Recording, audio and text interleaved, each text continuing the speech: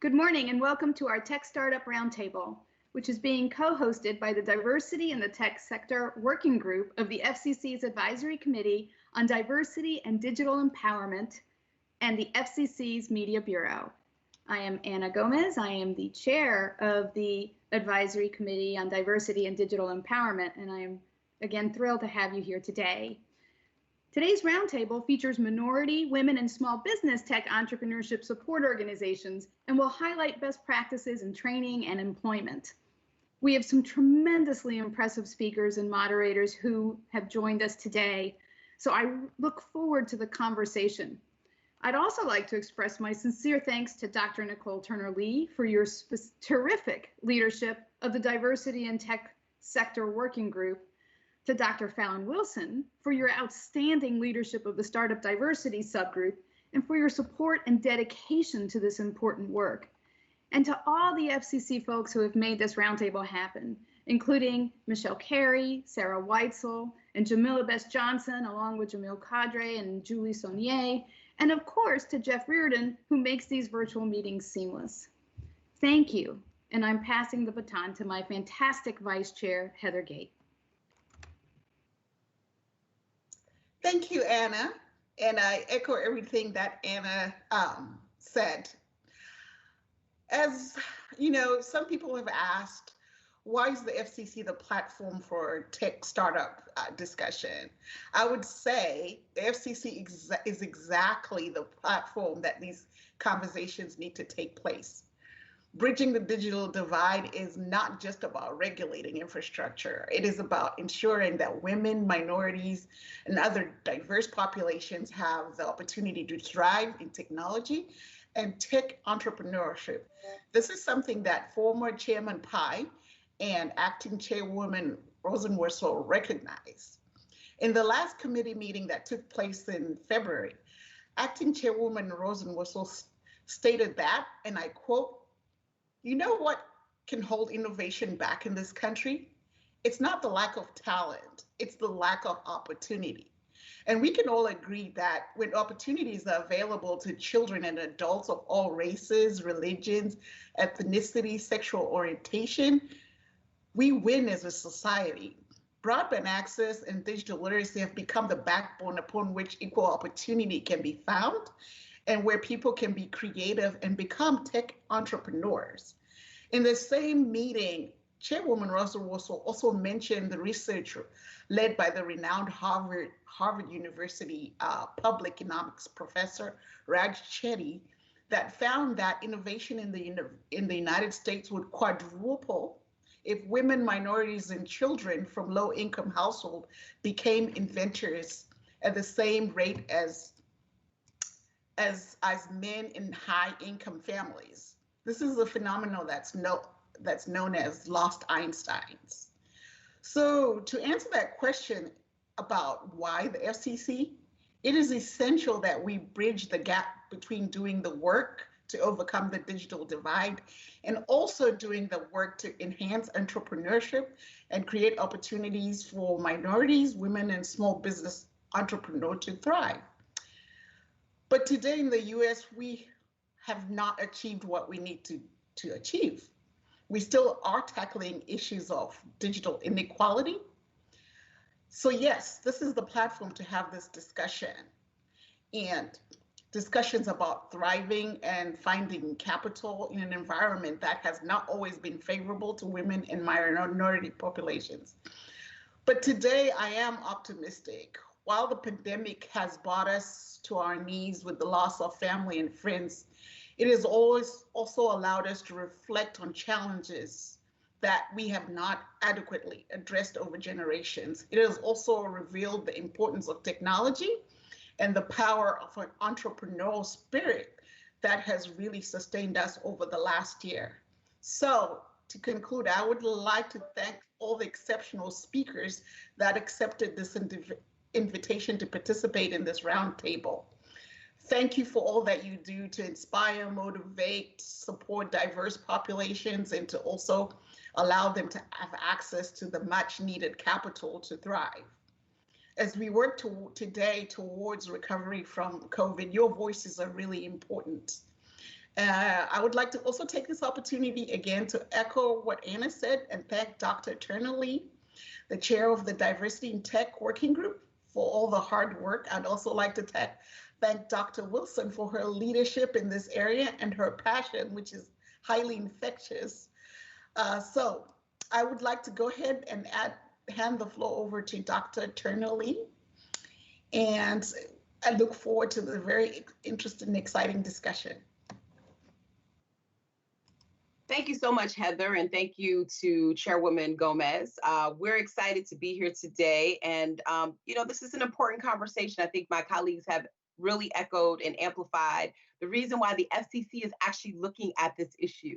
I'm Dr. Turner Lee, and I'm the chairwoman of the entire subgroup that works on diversity in tech.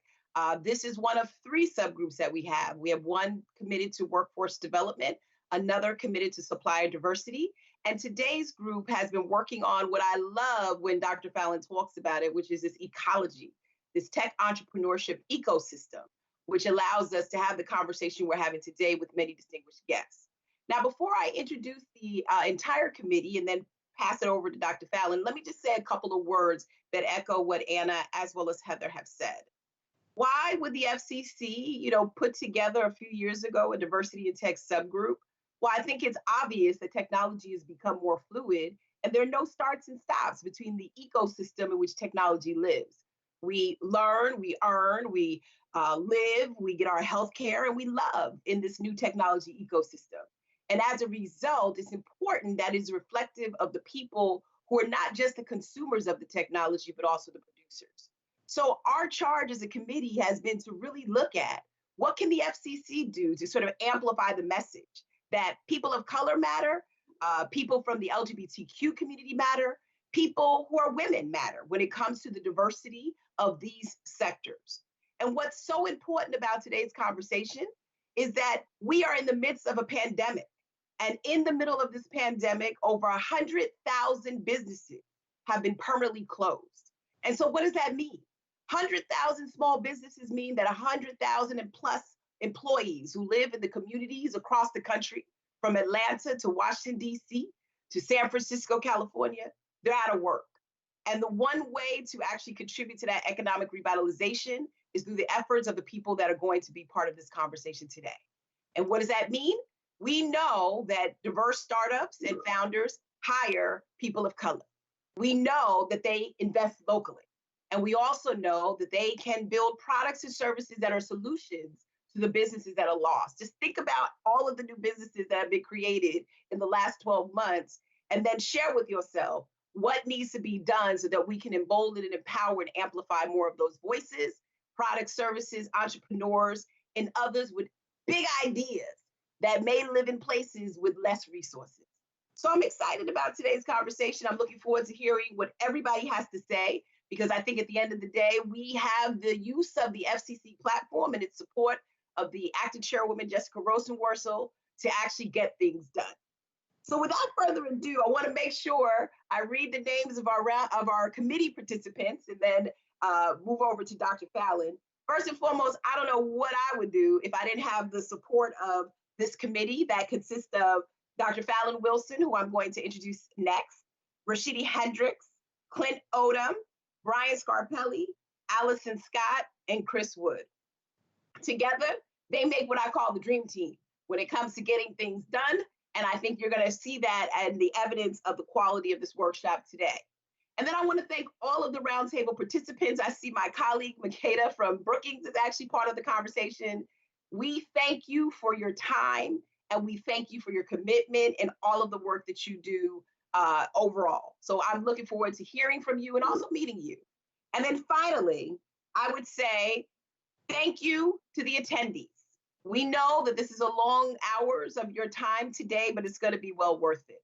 So continue to engage and continue to watch the work of this subgroup as well as the entire diversity committee at the FCC. So thank you. And Fallon, thank you so much. I'm going to introduce you now. Dr. Fallon Wilson is up next, but I appreciate you for all that you do, my friend. Good morning.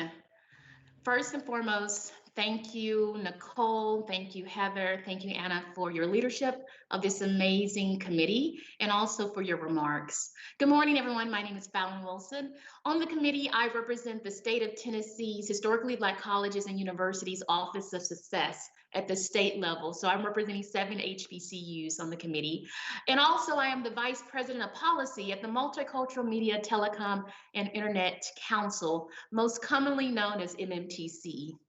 I have the privilege of leading the Tech Diversity Startup Subgroup. First, again, I want to thank Dr. Nicole Turner for allowing our subgroup to talk about tech entrepreneurship support organizations, what the Kauffman Foundation calls ecosystem builders, and not specifically about tech entrepreneurs. This distinction is extremely important. It's important because today we're talking about a group of organizations that support tech entrepreneurs with business development practices, with research, with capital, with community, and with markets. These organizations are the unsung heroes of cities that we often forget to mention in our tech entrepreneurship work in our earnest desires to grow diverse tech entrepreneurs. Therefore, for the last year during the pandemic, our esteemed subgroup spoke with many tech entrepreneur support organizations across the US about their daily work to support diverse tech entrepreneurs, specifically organizations that support minority, women, and small businesses. The stories they shared about their work to build entrepreneurship communities in their cities or on a national level were very compelling. Compelling because of their pre-pandemic work of being what we are terming as tech anchor institutions in their cities. Meaning, city leaders often went to these organizations to discuss not only entrepreneurship, opportunities, and challenges, but they also discussed diverse tech pipeline development. They discussed issues of the digital divide. They discussed how to build inclusive, smart cities with innovation and with businesses. And now during the pandemic, on top of all the amazing things that these organizations do, these tech anchor institutions are our frontline workers to rebuild back better. I said to rebuild back better people of color, women, and small business tech companies across the US. This convening is called the Tech Startup Roundtable, and we will have 3 structured discussions on how minority, women, and small businesses tech entrepreneurship support organizations are rapidly, I said rapidly, becoming economic cornerstones for minority communities, thereby expanding the workforce training and employment opportunities in underserved and underconnected communities. The roundtable will discuss the following 3 themes. Theme 1 will be moderated by Chris Woods of LGBT Tech, where minority, women, and small business tech entrepreneurship organizations will share their firsthand accounts on how they have sustained operations during the COVID-19 pandemic and how they function as tech anchor institutions in their cities, and also for our national organizations, how they do it at the national level. The second theme that our amazing roundtable is going to explore will be co-moderated by Dr. Allison Scott of K-Port Center and Brian Scarpelli of ACT, the ACT Association. They will lead a discussion on how capital formation and access to federal small business funding, including grants and loans, may or may not support entrepreneur support organizations in this industry. They will explore questions that ask, is there an information gap for these organizations in receiving vital public funding in the work that they do in cities? They will also explore how they operate and how perhaps the federal government should have special funding opportunities to support these amazing anchor organizations in their cities and in their tech ecosystems. The third theme will be co-moderated by Clint Odom of T-Mobile and Rashidi Hendricks of Metallic Entertainment. They will lead a discussion on the range of emerging tech industries for new businesses, including the opportunities and the challenges, and how minority, women, and small business tech entrepreneurship support organizations can serve as a type of conduit for how to support and grow diverse entrepreneurs in these new emerging and creative economy types of industries. Lastly, I have to say, this is going to be such a great discussion because the speakers are dynamic and our committee members are equally dynamic. And so if you have any amazing questions you want to share, please go to fcc.gov and you can share your questions there. Also, because we are the tech group, we have added a little more fun to our engagement process. If you're going to tweet or Instagram or our social media, us, please use the hashtag FCC Tech Startup, and we will be able to collect great conversations there too. So thank you so much. And I'm going to turn it over to Chris Woods, who will begin our great dialogue this morning. Chris? Good morning, and thank you so much. I would also like to extend a thank you to our chairs, our subcommittee lead, Nicole, and our subgroup lead, Dr. Fallon Wilson. My name is Chris Wood. I'm the co-founder and executive director of LGBT Tech, an LGBT organization that focuses at the heart of the LGBTQ community and technology at policy, programs, and education.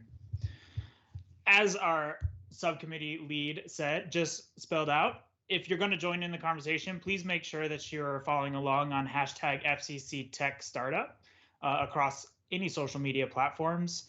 And if you have questions that you would like to ask the panelists, please make sure to send those to livequestions@fcc.gov. Before I get started, I would like to go ahead and introduce our panelists today. I'm very excited to have them on with us. First and foremost, we have Shelley Bell, founder and CEO of Black Girls Ventures. Second, we have Lily Genghis, Chief Technology Community Officer at Kapoor Center. Jerome Hardaway, founder of Vets Who Code.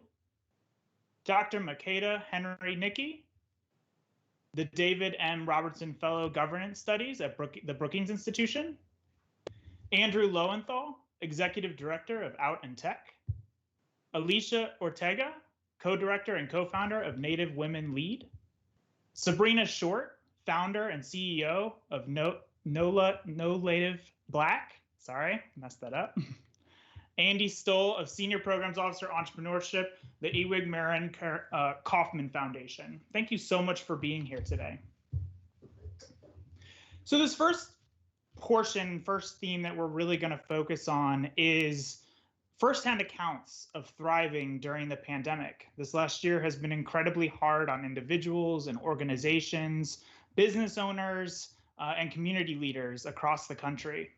And the firsthand accounts from these individuals, not only as they're trying to help their community, but also come up with new and innovative ways to help their community, has been one that's been incredible to watch. So I'm going to start with the first question and open up the floor here. So the Startup Subcommunity Diversity in Tech Sector Working Group was tasked in making visible the work of tech entrepreneur support organizations like all of the ones you see here. My first question to all of you is, do you consider your tech entrepreneurship support organization a tech anchor institution for your city or nationally? And explain why and how that is. Who would like to start? I see Jerome, Vets Who Code. Hey, how are you doing? Morning, Chris. Yes, I do consider us a tech anchor, but on a national scale because of our remote first technology approach. Since 2014, we've always been remote first because of, we just figured it was smarter. It's really helped us be able to scale and help people where they are. So you can bring those Silicon Valley style technologies and thought processes to someone in Ohio or someone in Nebraska, and they don't have to travel to San Francisco to get resources from companies like GitHub or, build connections with some of the top front-end engineers in the country. So that that helped us be able to give these veterans tools so that way they can better their lives and get the type of lives that they deserve while serving out the country. Thank you so much. Shelley? Tech anchor institution, I think, is an interesting interesting term. I mean, at this point, everybody's pretty much remote. So you've had to, use tech to be able to help your community. I think we also have like virtual communities online. So we have a group called BGV Connect, which everybody is operating out of. Like it's a paid community. It's a very intimate community. And then we have larger groups that we manage through like Facebook. But for that intimate community, we do virtual co-working every Wednesday. And so for it's peer mentoring and technical support in that way. I think that, what it would mean to be a tech anchor institution, if it's delivering types of tech programming, is actually like delivering your program via tech, right? So at this point, we're all anchored in tech. We don't have a choice. And it's actually for us, it's been great because, to the point that he was making, like we have been able to serve wider and bigger. I mean, we even had to think about like what it meant to be hyper local because of it, because we typically do hyper local things, but we had people tuning in from other countries even. So we had to really, really figure out the ways that we determine that we're serving a market. So I would say that's some ways that the pandemic has affected us from a tech perspective. I would like to add on to that. NOLA Vape Black started out as a network, the New Orleans Black Tech Network. And we are in a space that where tech is an emerging market, right? People don't necessarily associate New Orleans as a tech hub, but we're growing very fast. And we needed a place for people to get the information and get an understanding of the opportunities that are out there. It's great when you have amazing things happening in your city, but if no one knows about it, right? If the information doesn't get to the people who it needs to get to, then it doesn't do much service. So we started out as the space where we could just gather together and figure out how do we navigate, as you say, this ecosystem, right? How do you get jobs? How do you get training? How do you get funding? How do you, kick off your startup in a space where you can compete with other people who are not of color? How do you compete with the dominant culture, right? And so now we have moved from a network to now we are an ecosystem building organization, because now we have built that collective power, and now we can hold other anchor institutions accountable, right? Why aren't the funds filtering down? You're getting the money on our behalf, but we're not seeing it, right?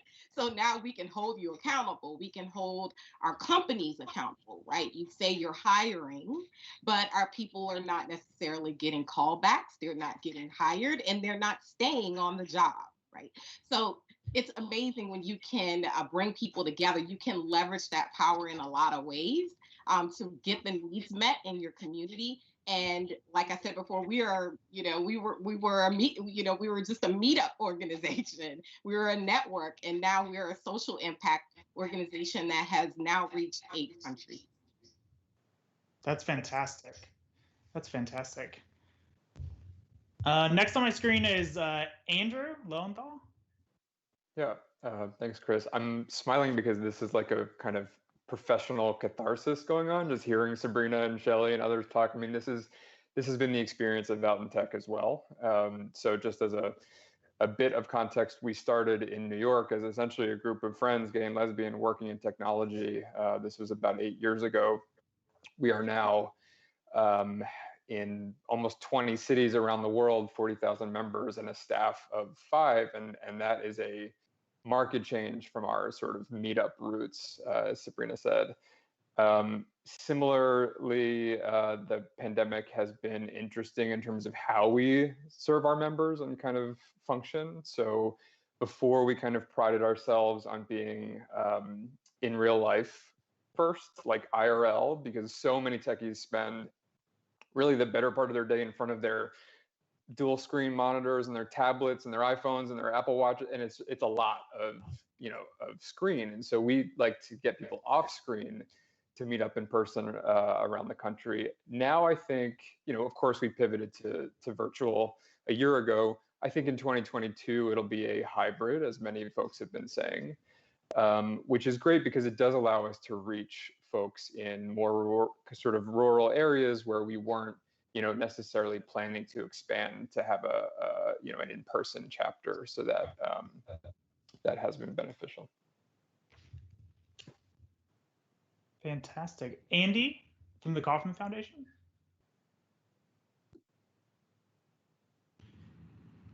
Thanks, Chris. Yeah, no, I really want to sort of just lift up what's already been shared. Most of the folks on this call spend their days working in these types of entrepreneur support organizations, directly helping entrepreneurs, and then building that ecosystem that surrounds them. A lot of the work at the Kauffman Foundation is we work to support the people on this call. So we work to support the people supporting the entrepreneurs.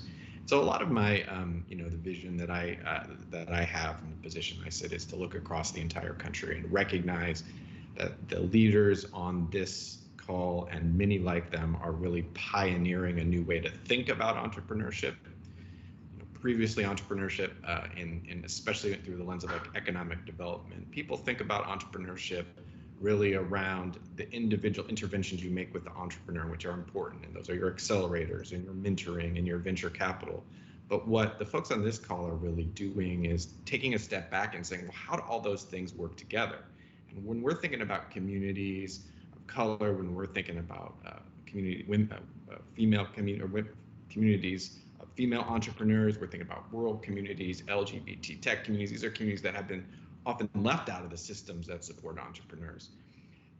The leaders on this call and these entrepreneurial support organizations have to not just think about how we're going to sort of link together these systems, but how are we going to build whole new sets of systems to support entrepreneurs who are just often left out of the conversation. And this is not a trend just on the call. The work we do at the Kauffman Foundation is to support folks like that. And we've been doing an annual event called the Eship Summit. A number of you have attended. Over 2,000 folks have attended and participated in that event to think about how do we build these entrepreneurial ecosystems, especially those that are inclusive of people who are often left out. And this is not just happening in the coasts or in big metropolitan cities. It's happening in rural communities and communities all across the country where people are organizing. And I love Sabrina's comment, we're building the collective power. And that's really the important role of, I think, of these organizations that we're talking about today, is we're not just thinking about the accelerator, the incubator, and the investment, venture capital firm or a CDFI. We're thinking about how those work together. How does the collective support entrepreneurs? In America, it shouldn't matter if you're an entrepreneur where you're from or who you are. But the reality of today is that it does. But through the collective work of a lot of organizations represented today on this call, and many who are out there doing the work every day, I think we're fundamentally reworking the system of economic development through putting entrepreneurs front and center and making sure we're building systems that are inclusive of everyone.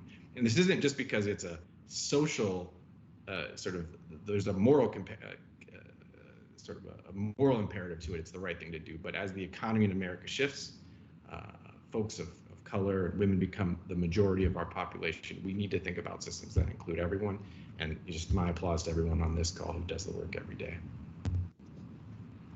Thank you so much, Andy. I think two people we haven't heard from, Alicia and Lily. Sure. I can jump right in. First of all, good morning to everybody. I'm here in Oakland and just being very thankful to be here in this amazing gathering. I'm especially with this panel because there's just so many folks here that I know I've known for not only 5 years, but I would say even 7 years, a little bit more. So I've definitely been seeing the ecosystem grow in itself. And for those who may not know me, my name is Lily Beth Ganges. I'm the Chief Technology Community Officer at the Caper Center. And the Caper Center, we are specifically focused on removing barriers in order to make the tech ecosystem and entrepreneurship more diverse, inclusive, and impactful. And so when you ask the question if we see ourselves as a tech anchor, yes, we see ourselves as a national, regional, and local. And we've done it through specific focus areas like yes, education, tech workplace, tech entrepreneurship, and also investments. Specifically, for those who may also know the Caper Center, through our research, so I have to give a huge shout out to Dr. Scott, who is the author of the Leaky Tech Pipeline, who really maps the entire tech ecosystem from education all the way to investment. we've also been able to convene different partnerships at different levels. And given that we are a racial justice tech forward-looking foundation, we have the unique opportunity to be really bold and to be innovative and try new models and convene a network of other funders, practitioners, and different organizations that are bringing us an opportunity to just learn and be able to convene in a way that hasn't been able to be done in different aspects. And so just as an example, in 2019, we did a $1 million challenge focused all on tech ecosystem building, supporting the organization, supporting the people doing the work on the ground. And I'll share a little bit more of some of those insights, but this national challenge really showed us some of the promising best practices. What are some of the stakeholders that we're also missing? What's the data that we should be collecting across these ecosystems? And then of course, lastly, as I have to give another shout out to our colleagues at Caper Capital, who take on the more the investment, right? They're the ones directly investing in gap closing tech companies across the US. And so I would say that we are really in a unique position to be able to be conveners, to be able to be funders, but to also be able to now continue to move also the dialogue towards systemic change through tech policy. And so we'll be sharing more and excited to again be here today. Thank you so much. And last but not least, Alicia. Thank you, Tom. Good morning. Thank you, Chris. I'll just echo, everyone's sentiments about, at Native Women Lead, we really did have to pivot this year to try to meet our community where they were at. And I will say that, with regard to the pandemic and how it impacted tribal communities in particular, it really highlighted a lot of the disparities and inequities that, we as Native people face on tribal lands. And, when it comes to access, particularly broadband, as we all had to shift over the pandemic, and, not just that, but also basic human rights, in the 21st century, in the most powerful, one of the most richest countries in the nation, we still have folks living in dire conditions. And, for us as Native Americans, representing less than 2% of the population in the United States, in this country that was founded on stolen land, we're still, essentially invisible. And, I think that in order for us to have conversations like this, it's really difficult because we lack the infrastructure and a lot of these things that most people have access to. One of the things was even just water. A lot of our tribal communities didn't even have access to water during the pandemic to drink or even to wash their hands, which resulted in, tribal communities being impacted and hit really hard by the pandemic. And, when it comes to education, a lot of the students that, were able to kind of pivot and go on to online learning, a lot of, our students weren't able to because they just didn't have that access, which not only impacted them, but impacted their families and their parents who weren't able to work because they had to take care of the children, make sure they were looked after and that they were learning. So, it's kind of all connected. And for us, we really did try and do what we could to fill gaps, but there's just major infrastructure and systemic issues that I think really need to be discussed before we can even have a conversation about tech entrepreneurship. Although we do have folks and urban spaces that are doing a lot to help out tribal communities, and that's something that we do is to really elevate and uplift their voices and their businesses and their work, as well as provide access to capital in particular, which I can talk a little bit more about later. But just to kind of share. Thank you. And finally, Makeda from the Brookings Institute.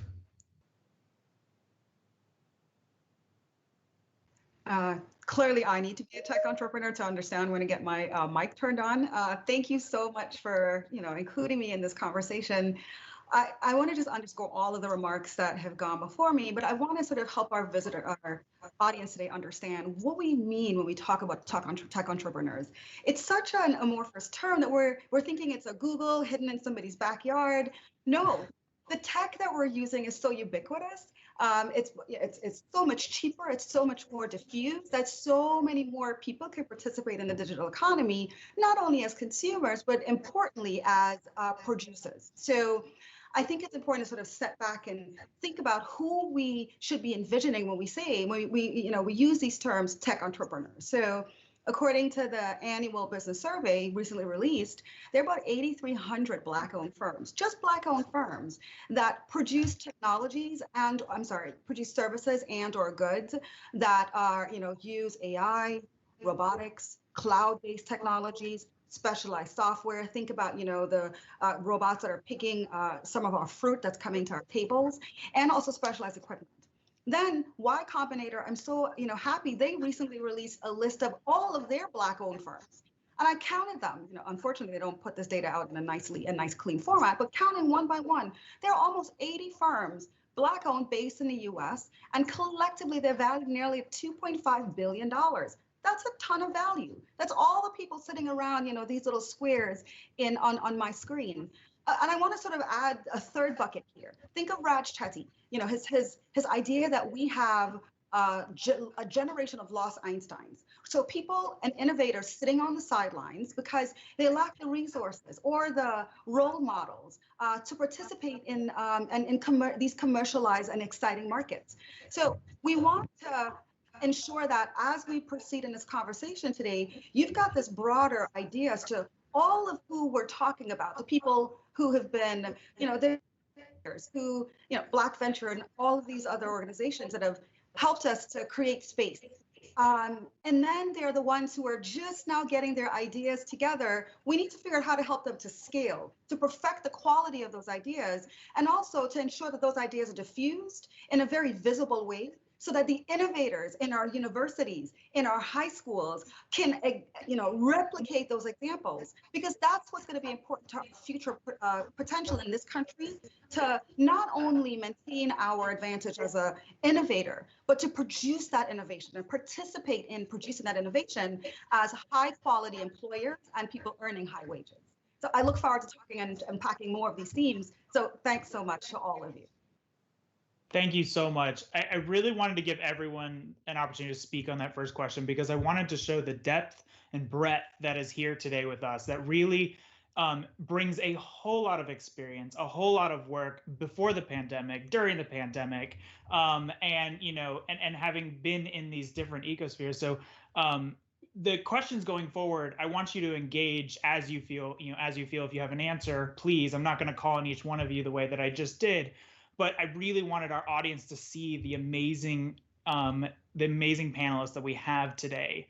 So, with all that, I was hearing some common themes of, is the pandemic a level setting where all of a sudden people who didn't have access to these groups and these meetups, whether they were in New Orleans or New York or wherever, all of a sudden had access because everyone was forced to go online. I know in the LGBTQ community, we saw a rise in participation by LGBTQ seniors because all of a sudden everybody was online. There was a huge influx of people online, and they all of a sudden weren't feeling as alone as they were previously. So I heard that theme throughout. I also heard themes of collaboration in ways that we've not seen before, or taking it from a meetup group to a group that is actually providing resources and tools to people not only in their local community, but really abroad, and even in different countries around the world.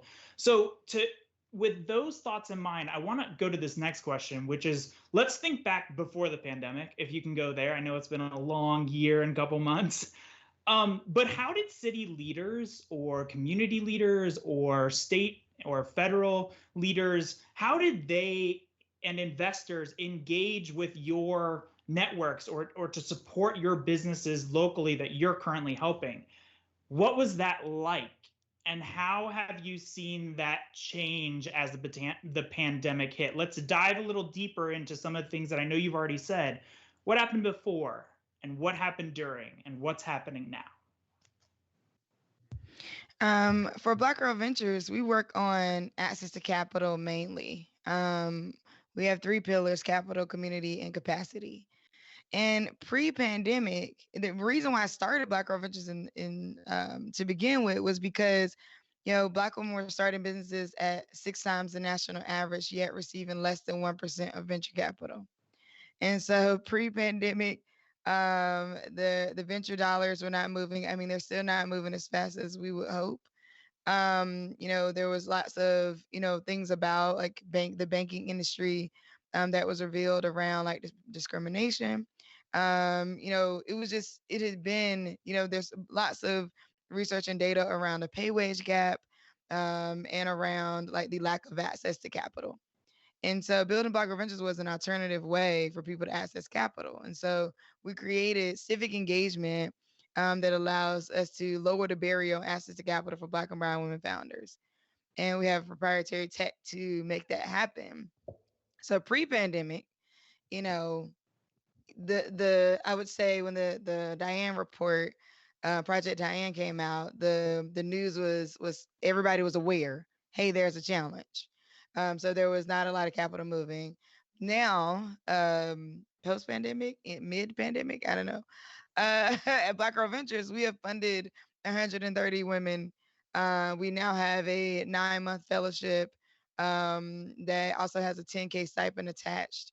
So we are still actively working very hard to get capital into the hands of founders. A report came out recently that says that the needle has not moved much. I think for women in general, we went from maybe 2% of women getting venture capital to 2.2%, trekking toward 2.4. But we're seeing more ingenuity, I think, and people looking for alternative ways to get access to capital. Thank you. That's fantastic. And I'm so glad to see the movement in the right direction. Obviously not as much as we want to see, but I'm glad to see it's moving. Jerome. Roger that. Pre-pandemic, as I said earlier, BWC, we always had been remote based because we wanted to impact veterans where they were and not, be only stuck to one locale. Well, pre-pandemic, because of that nature, was kind of really new to a lot of people. They didn't really, the funders of businesses, they weren't really catching on as fast as we hoped due to, it was normal for companies like Automatic who make WordPress, companies like Basecamp, the DHHs in the world. But when it came to the social impact scene, being able to have a wall where you have bricks where you can put the donors on is just more attractive. Well, then the pandemic hit, and it was, for me, it was Tuesday, and I had no idea what was going on because I was already in the house. When everything was going on, we were all people started saying, like, how do we provide high quality education to people, regardless where they are? And I was like, well, I've been doing that in 2014, so I can probably help. And all of these like companies just started coming in and like, hey, talk to us. Can we help with? Can you like educate us on this? I've had great work with Microsoft, great work with GitHub, local communities in Atlanta such as Etsy and Render ATL. They've reached out at the Gathering Spot. They've been a great support of us. All these companies are like, organizations are like, what you're doing is great, and you have like 6 years of experience of this. So it came for us, the pandemic kind of became a leveling playing field of being like, hey, we've been here the entire time doing this type of work because we've kind of seen this type of thing in the future. I've always been a more they call me Captain America of Code, but I've always been a more Batman-esque type person where I think of worst case scenarios, and people not being able to reach you is a worst case scenario. So that's really, I mean, for us, the pandemic really helped us ascend to even greater levels because we've been able to show the work that we can do.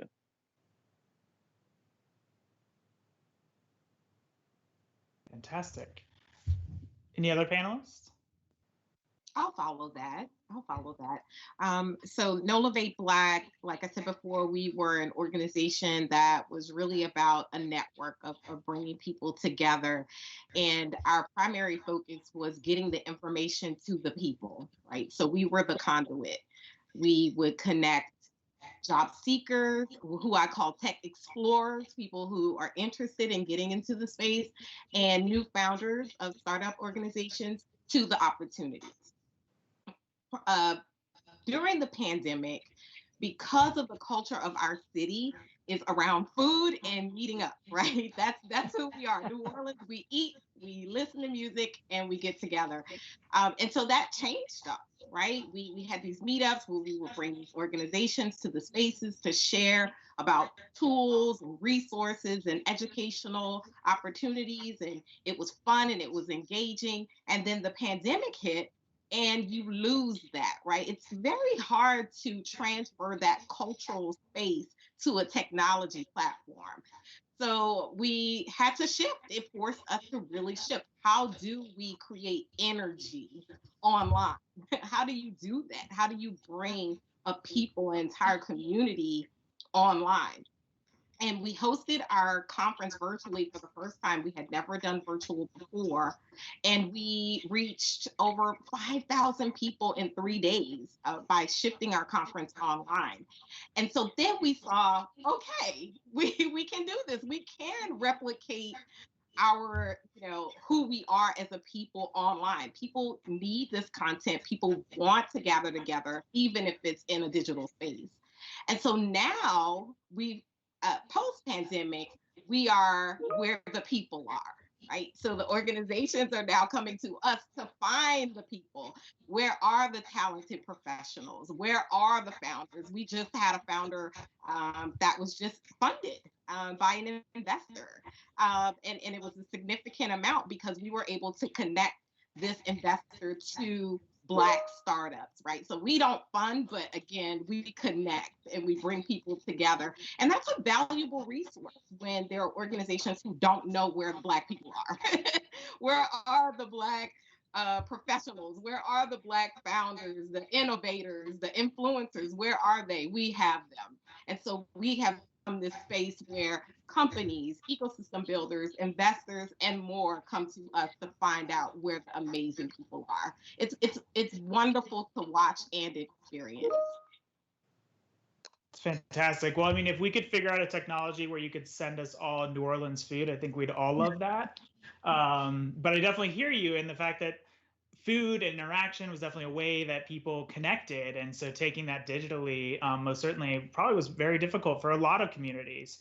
But interesting how you really brought that up from the New Orleans perspective. Makeda? Yeah, I want to just build on a theme Shelley brought up, this theme of creation. You talked about creating energy, but I think that means for us different things as policy analysts and scholars. When we look at the power that entrepreneurs and startups bring to the table, we see job creation.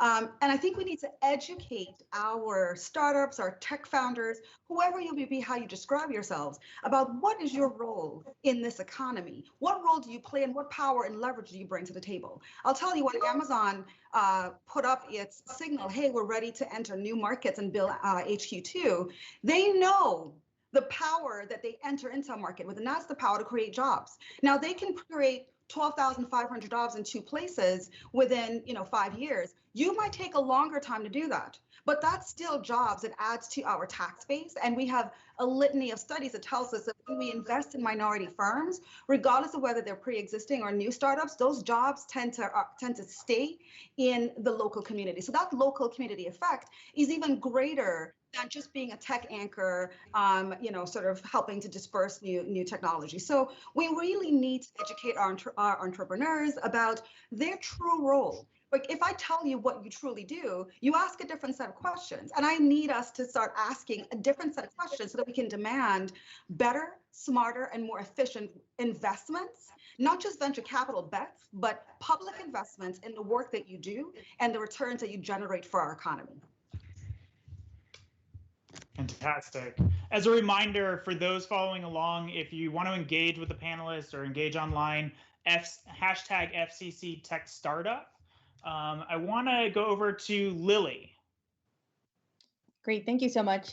I think just again, there's been so much richness in the discussion about the power of convening and being in person. And at the Caper Center, for the folks who have been there, you know that we have a beautiful space where we specifically would tailor the event about having the community be reflected in the subject. So whenever, for example, you would come in and you would naturally feel we're talking about venture capitalists being of color, women of color, right? And so you even have already your thoughts are already changing in that sense. So it was very powerful to be able to do that. And I think going now in the state that we're in, when you don't have that access to be able to convene, be able to share resources, be able to open those social capital networks, I think it's another part where, especially now, it's really been relying on the depth and investments of past relationships. So I think I would just say that here's the specific example of the importance of having events like this, having networks like this, having trusted multi-year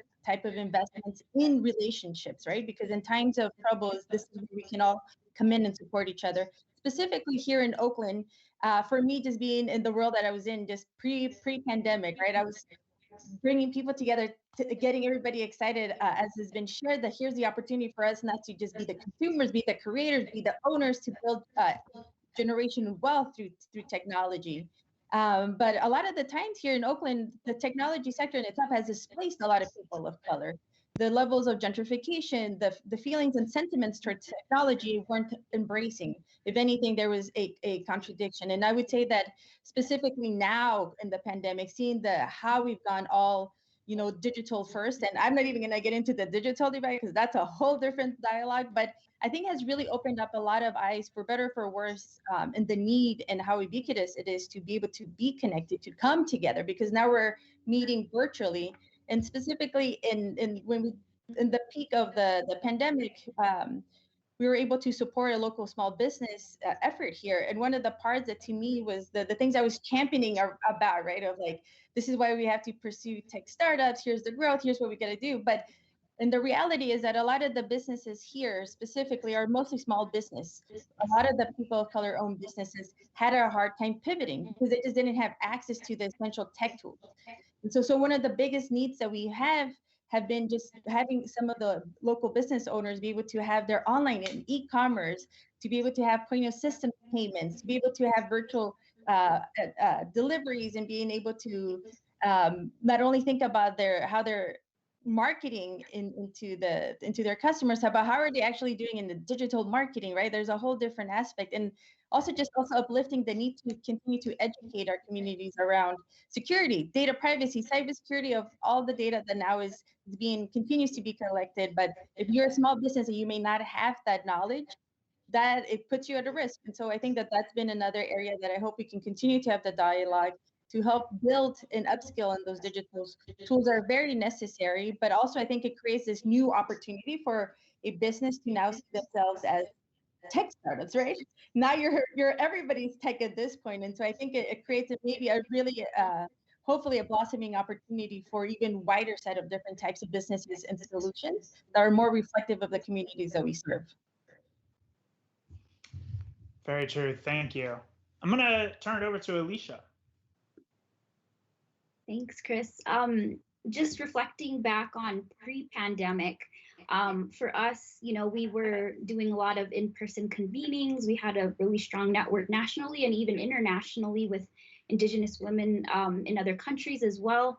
And in that time, we did spend a lot of time evaluating and really listening to our community so that we could meet the needs of them.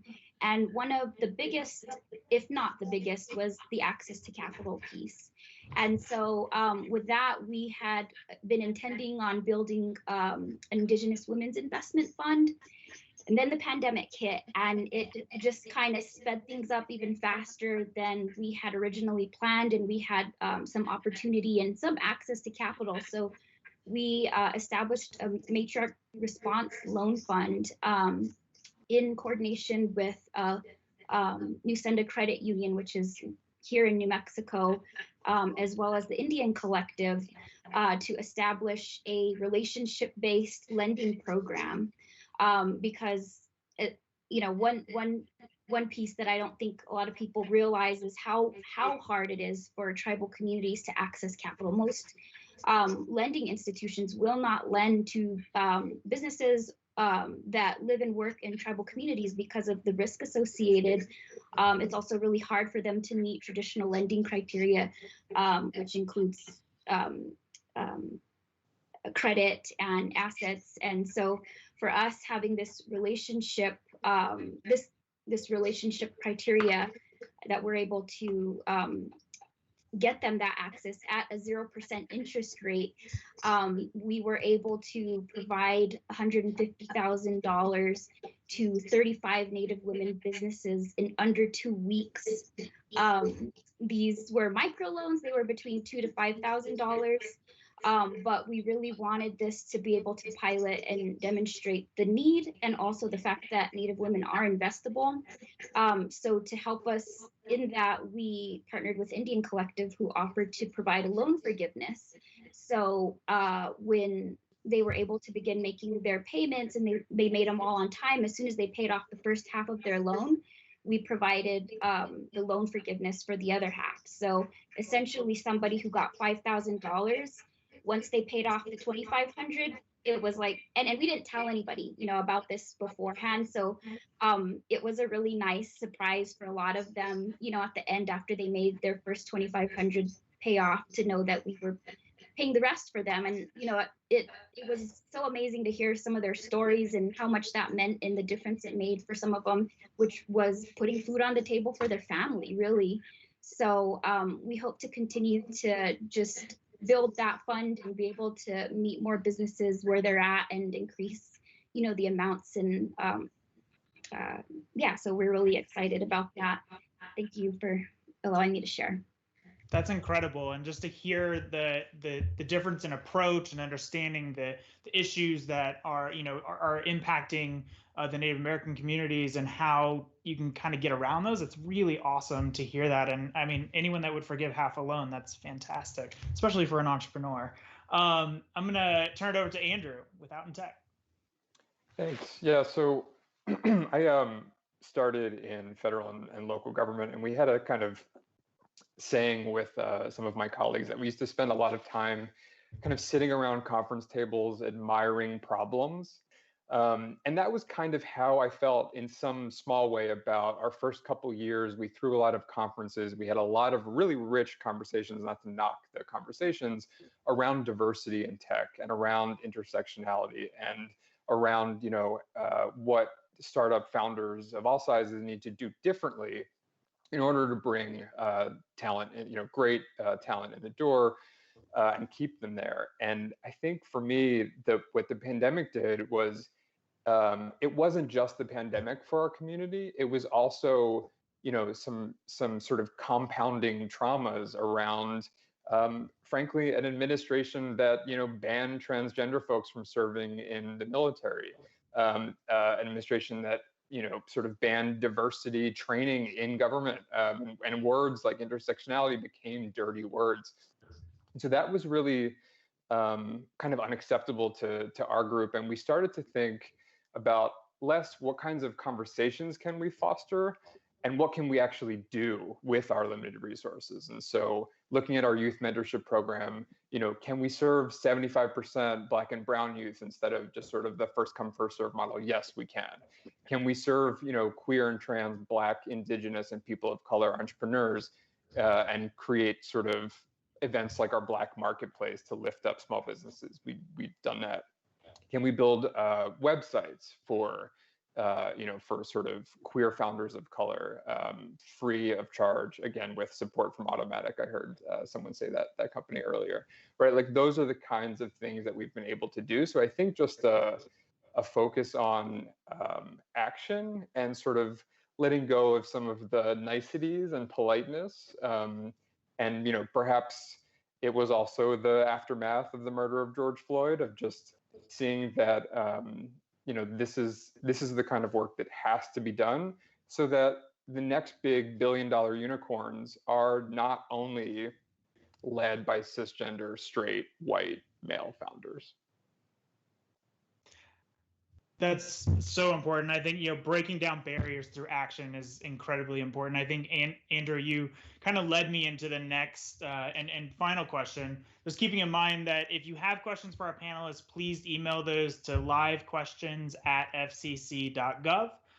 But kind of rounding out this last question before I turn it over to my other moderators to continue the conversation, as we're looking at the tech entrepreneurial ecosphere and thinking about the organizations that you all are running and really supporting the minority, small business, LGBTQ, women-owned businesses that are either just starting, have been starting and struggling.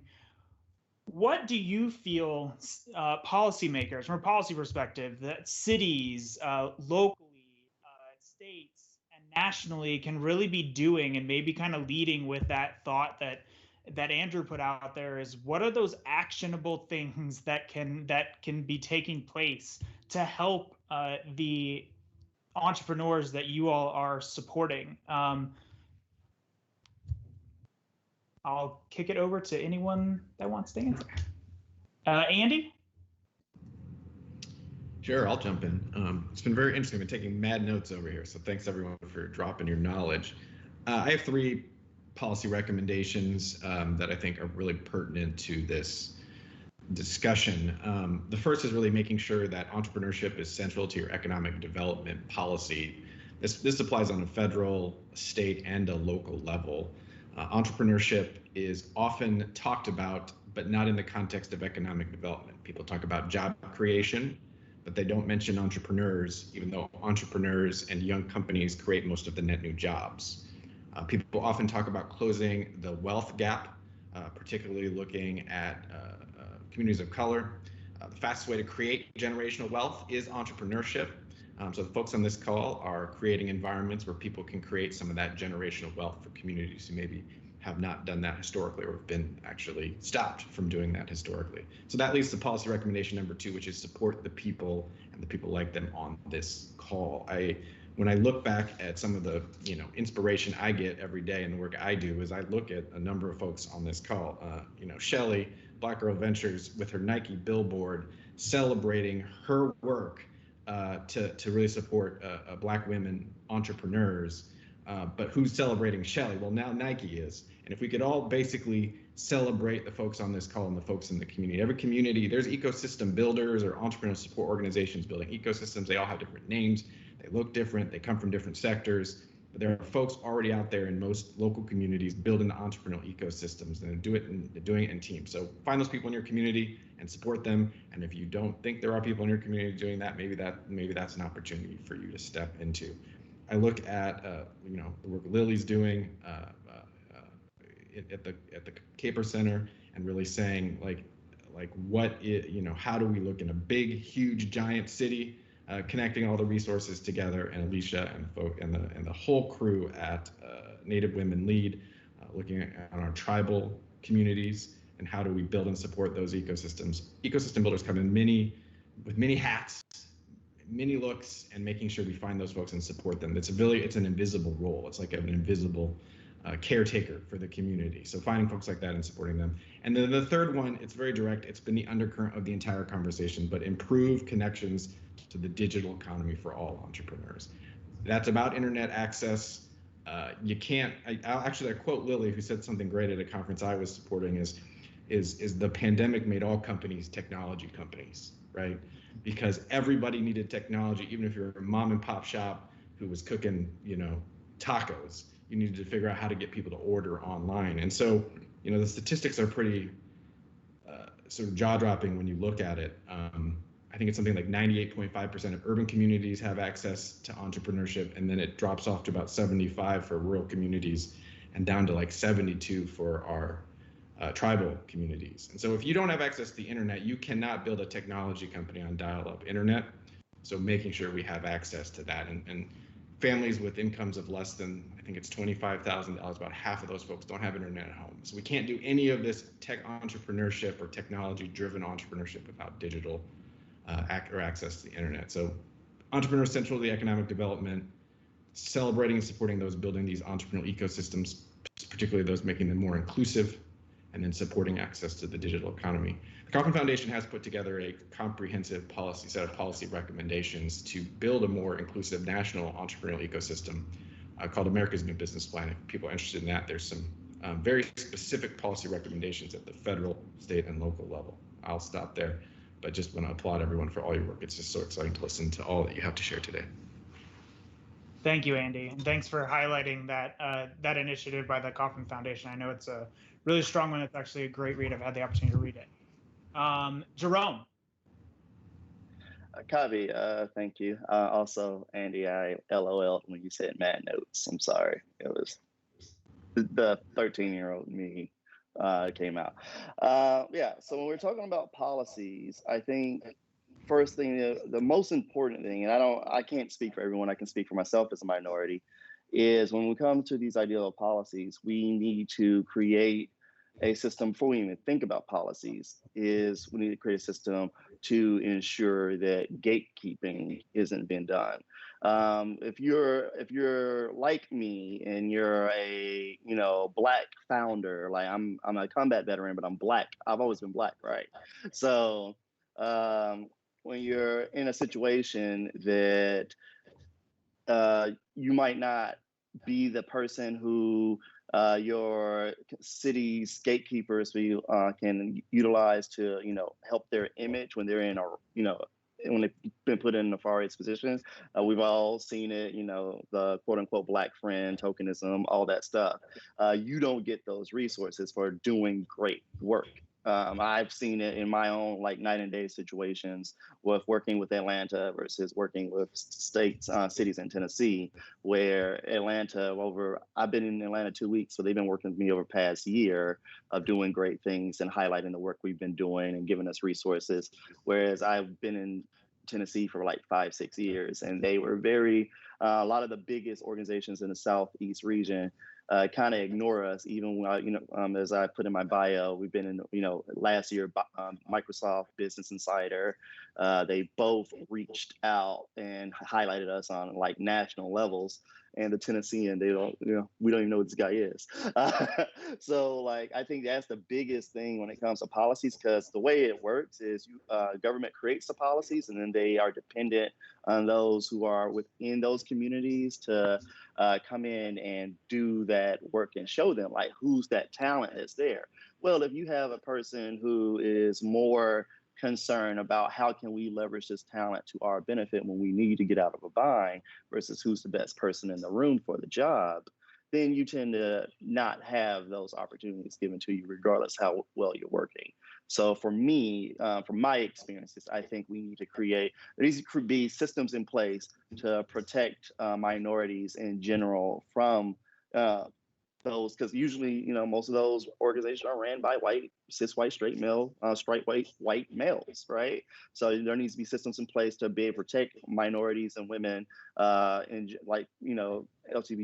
LGBTQIA from those, those backdoor good old boy system conversations that keep you out of the room from the money based upon those decisions. And that's just the harsh reality where a lot of people who are minorities, they deal with every day, where you can do great work and either you're not highlighted at all, or they pick somebody who maybe isn't doing the quality or the same scale of work as you, but they're more malleable or more dependable to be able to leverage when they need them versus, hey, I'm picking, capitalism is supposed to be about who's the best person in the room, who has the best product. Well, when you're a minority, that is not true on some scale. It's who has the best product, who can also help me when I come into a racial or a social snafu. Who can I point as, oh, that's my LGBTQIA friend who can tell you that I'm not homophobic, or that's my Black friend, or that's my Hispanic friend who can vouch for me. We've all been seeing it with the Queen's family, where the prince has been rolling out every minority that he's hung out with the past 15 years.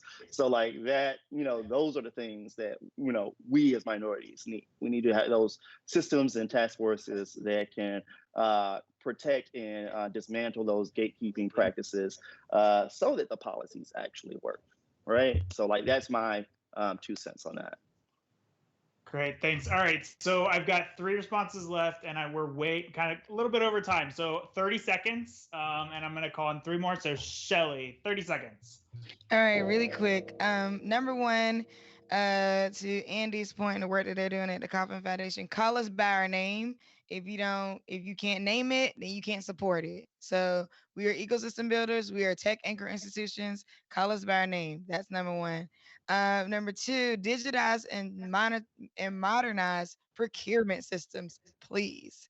Uh, please digitize and modernize the procurement systems. The last thing is public-private partnerships, and really, really incentivizing those. I mean, the work we're doing with Nike, Visa, Kroger, like those are folks that are getting in the weeds with us. I could imagine that is incentivized by some policy that we can see. We're creating things where there is none, right? We have an ice cream flavor coming out that is going to deliver web design and IP dollars to founders. I mean, literally creating it where there is none. So public-private partnerships, incentivizing those. Awesome. Thank you, Shelly. And call us by our name. Alicia.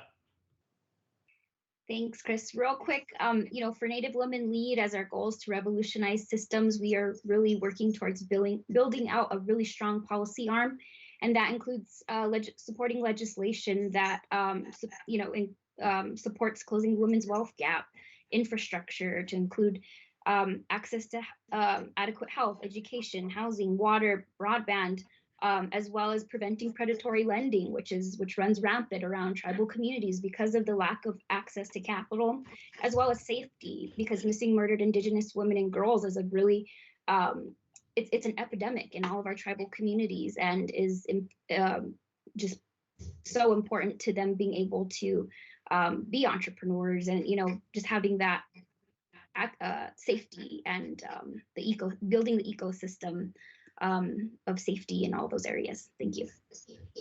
Great. And the last 30 seconds, Lily, I'll give you the last spot. All right. Closing it out. We heard digital divide. We need high-speed access, but also adoption, digital upskilling. We saw what happened when the PPP, you may have the laptop, you may have the internet, but we need additional support in helping our communities know how to use it and actually be able to become much more experts in it. The second part is we need to, as we are all tech now, right? We need to make sure that we're also looking back and scaling a lot of the programs that are already existing on the federal level, such as the SBIR, NSTIR, the NSF Innovation Corps, right? How do we actually look at those programs to help it be more welcoming to a lot of these new businesses at an earlier stage? Specifically, I think that there's opportunities to take a look at how do we rethink some of our commercialization programs, like help protect more of the IPs or help commercialize a lot of the products, because we are in a global economy and now we're all connected. Hopefully we'll all be connected once we're all in once we close the digital divide, but being able to think as a global businesses, right? And so I think that there's an opportunity there. And then lastly, we need to continue to support, as Shelly said, the ecosystem builders, the tech anchors, so they can become those tech anchors with enough resources to continue to do this work. So I would say championing for diverse set pool of funding, and also data transparency. I think it's super important to be able to have comparative numbers, so that way we know not only the challenges, but the opportunities, and know whether we're closing gaps of access and increasing those opportunities. And so I'll share a little later on the link to our Tech Done Right report that actually starts to look at this comparative metric. Great. Thank you all so much. It has been an absolute honor to speak with every single one of you. I'm super engaged and super excited about all the work that you all are doing across the country. I want to turn it over to our next two moderators, Dr. Allison Scott and Brian Scarpelli, who will go into our next theme. So please don't go anywhere. Don't forget, use hashtag FCC Tech Startup. And if you have questions, email them to livequestions@fcc.gov. Thank you all. Well, thanks, Chris, and I congratulate you and all the panelists for the excellent discussion. I think it's wonderful. Tough to top that the first theme that we just had there, and the really good discussion and exchange. But I'm just briefly gonna provide some framing remarks here, introduce myself, and make sure that Dr. Scott can do the same. And before we jump right in, moving on to our second. First of all, I'm sorry. Hi, I'm Brian Scarpelli. I'm with the ACT, the App Association. We're a not-for-profit trade association for small business software developers And I'm extremely proud and excited to have our organization participate in the ACDDE and support all of the priorities and themes that it has related to diversity and inclusion. You've already met our panelists, to our audience out there, you know, and so we're looking here at our second theme related to capital formation and access for minority women and small businesses, MWE. You know, just to briefly maybe frame it up, I think what we're looking to do here is look into and learn about the information gaps related to issues for various funding, tax incentives, other incentives that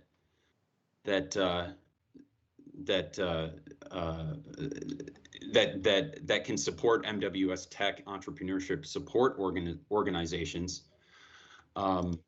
I should probably turn it over to you, Allison, to see if there's anything that I missed there, but I don't want to talk too much, and certainly should let you introduce yourself as well. Awesome. Thank you, Brian. It's my pleasure to be here with everyone today, and my pleasure to co-moderate with Brian, and it's been an amazing discussion already. So thank you to each of the panelists for joining. So as Brian mentioned, we want to talk a little bit more and dig a little deeper around financial support, and hoping that we can get more information, more insights that can lead to some really concrete recommendations. So if I can kick us off with, I'd love to have each of you respond to the question about how your organization financially supports tech founders who are minority women and small business owners, or how you help them access capital. We've heard a little bit already this morning, but I'd love to dig a little bit deeper. And perhaps we could start with Shelley. Would you like to start first? Yes. Okay. Black Girl Ventures.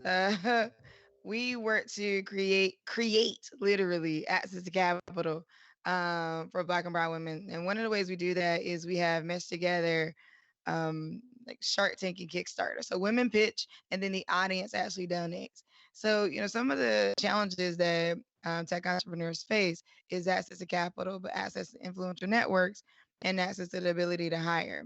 And to me, all of that comes from access to influential networks. So through the petition, you are pitching to consumers. We call our judges champions, but the audience is actually donating for the pitch that they favor. And another way that we're like working to create that, like pushing into the space of what are the ways that we can create access to capital. So if the banks have to, you know, go through lots of regulation or figure out how they're going to be more equitable, if the if they have to, the VCs have to figure out how they're more equitable. If, you know, to Jerome's point earlier, we got to figure out how to get around these gatekeepers.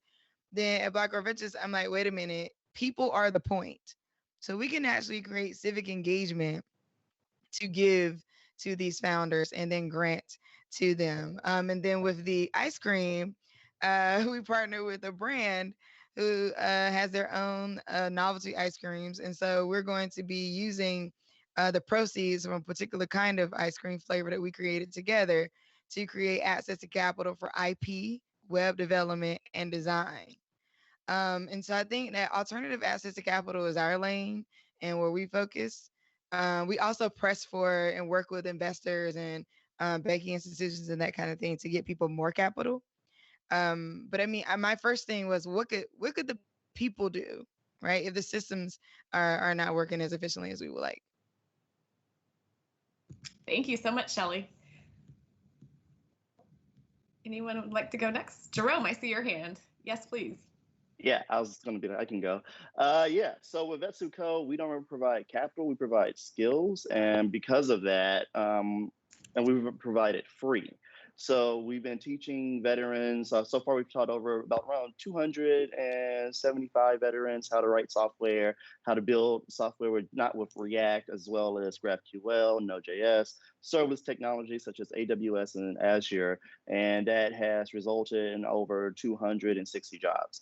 And so right now, our social impact for these veterans is around almost at 20 million with over the course of the past 5 years. And we've done this for the veteran free. It's one of the things that, you know, we've open sourced our curriculum, and we have public-private organizations that partner with us. And I'm actually in the middle of a cohort today where I'm teaching user experience design principles, and yesterday I had to teach human-computer interaction.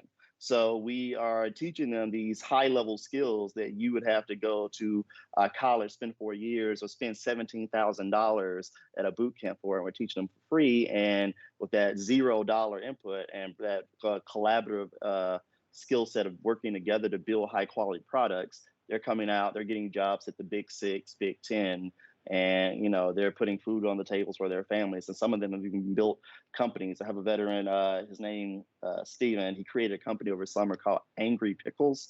He used what we taught him and made a pickle company, and it sold out within like 2 weeks. And I was like, I don't know what to tell you. I don't know anything about pickles. I'm sorry, sir. I just know software. But like, those are the things that, those are the type of stories that we do, like that we help people with every day at VWC. Thank you, Jerome. Really great examples. Makeda, would you like to share some more examples about how you help support minority women and small business entrepreneurs? Well, not particularly. I don't have any sort of tangible examples, but I want to sort of talk about the philosophical approach that we take in this country to developing entrepreneurship. And you've heard these themes: Hunger Games, competitions.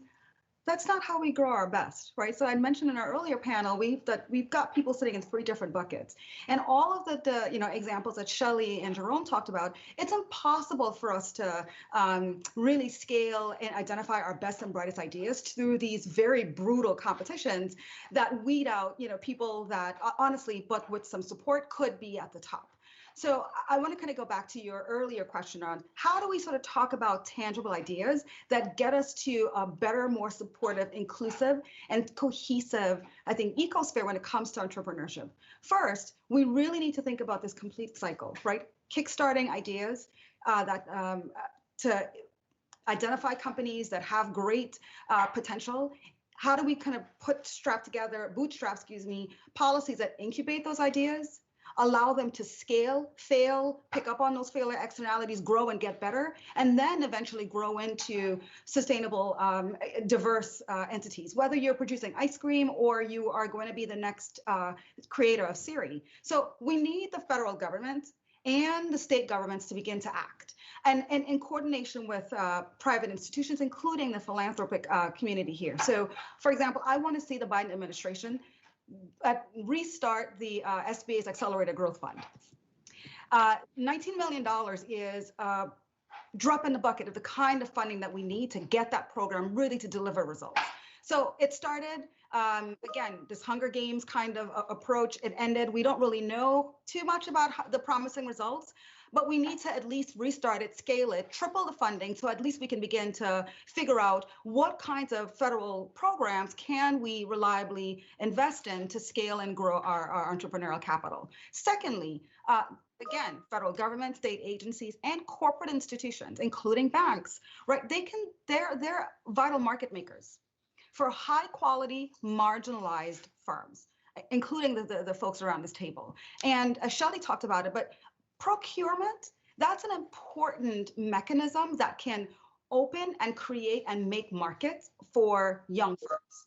Often the way we think about procurement is really sort of set up for existing firms that have that capital base already. That's not an efficient use of funds. That certainly isn't. What we need to do is figure out how do we reorient the use of that mechanism to create markets. Listen, capital through revenue, that is the most important and high value source of capital as opposed to loans and debt and venture capital competitions. So, and I'm not talking about pie in the sky.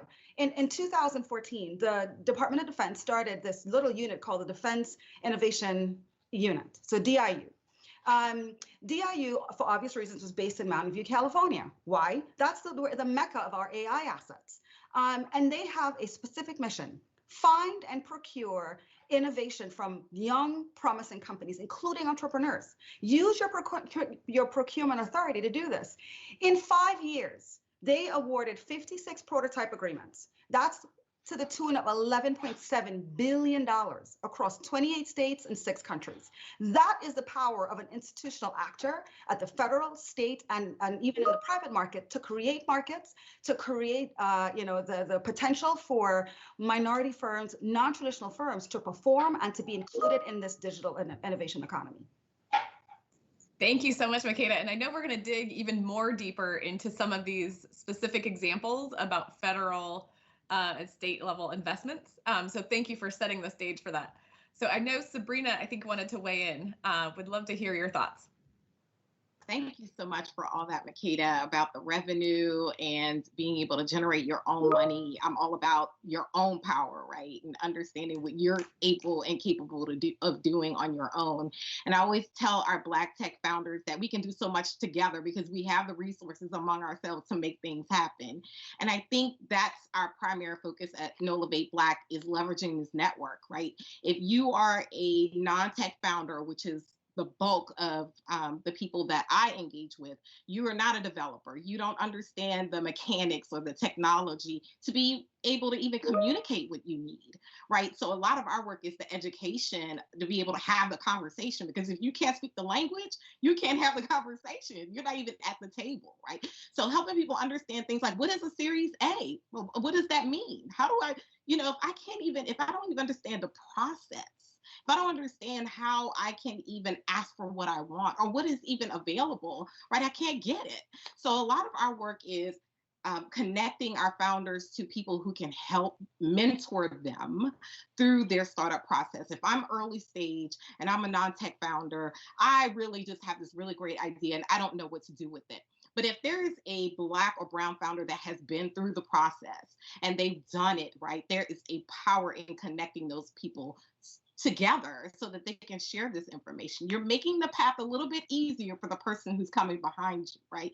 So I really believe strongly in building a network of people of like, I love to say building a connection or a network of people who are alike and creating a space of safety to learn, right? So if I'm a person of color and I'm in a space that is of a dominant culture, I may not want to ask those questions in the fear of looking not smart or intelligent, right? But if I know that I'm around people who look like me, who've been through the work that I've been through, I can learn with confidence, I can learn in safety, and I can build this relationship to be able to move forward and grow my business. And then the last thing I wanted to talk about was about really, we have a pitch competition as well in our emerging tech market, right? So there weren't a lot of pitch competitions that focused on tech founders of color. And so we started creating this space for a pitch competition. And the testimonial was that one Black founder said, I had never pitched before. I didn't even know what the process was for a pitch competition. And we're talking about seed funds, right? They got $1,000, which helps them maybe organize their business or, file paperwork. It's not a lot, but to bring them through that process so that they can see it, then it's real, right? It's not just some nebulous thing that they've seen on the internet or watched on YouTube. They're actually a part of the process, and then they can move forward and feel like they can do greater things. Thank you so much, Sabrina. Excellent points, I think, about both skill building, education, and mentorship that's again local and culturally relevant to communities. I think it's a really important point. Lily, would you like to add? Yes, thank you. Yeah, everything that's, I think, been added specifically around the importance of rethinking the way we've done some of the work. I think specifically for us, going back to the Technorite Challenge, right, which is $1 million that went to fund specific backbone organizations as tech anchors. It really provided an opportunity to rethink grant making. And that's the part that I want to have us here, because in this challenging times that we're in, we've had an opportunity to pause, but also hopefully rethink and reimagine some of the instruments, specifically some of the financial instruments that we may have. And so going back to the power that grant making can have if we rethink it as strategic investments.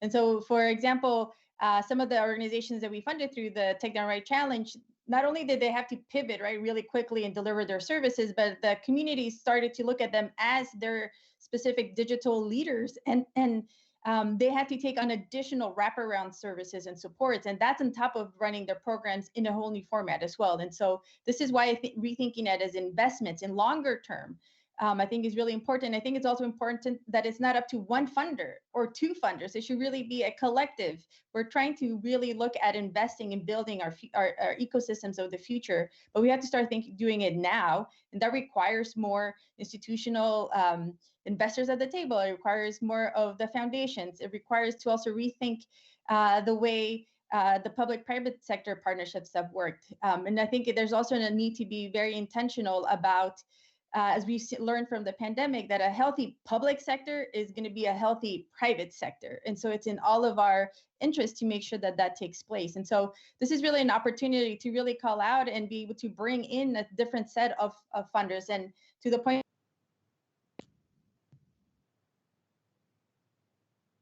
colors of funding that I think had been sitting, and this is the time. If it's not now, when are we going to do it? And so I definitely want to make sure that bringing in and calling in more funders as a strategy in these tech anchor organizations are really important, and invest and not just grant.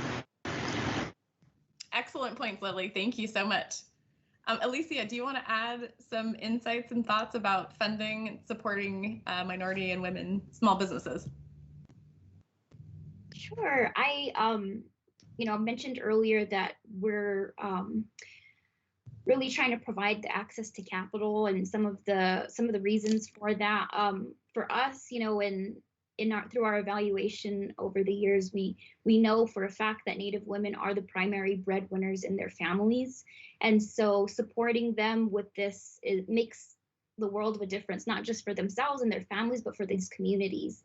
And with the access to capital work, we, to points made earlier, didn't just want to give our communities debt, but also provide them with the support and resources that they need to make the most of this funding, and to do it to grow their businesses sustainably.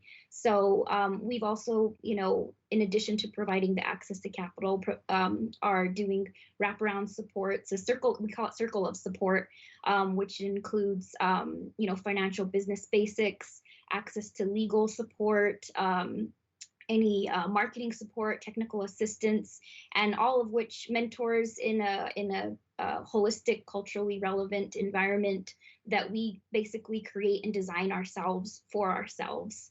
And so with that, as well as pitch school too, we're looking at building that out more this year.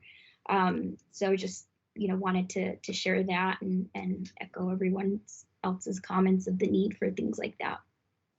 Thank you, Alicia. Andy or Andrew, anything that you wanted to add from your perspectives?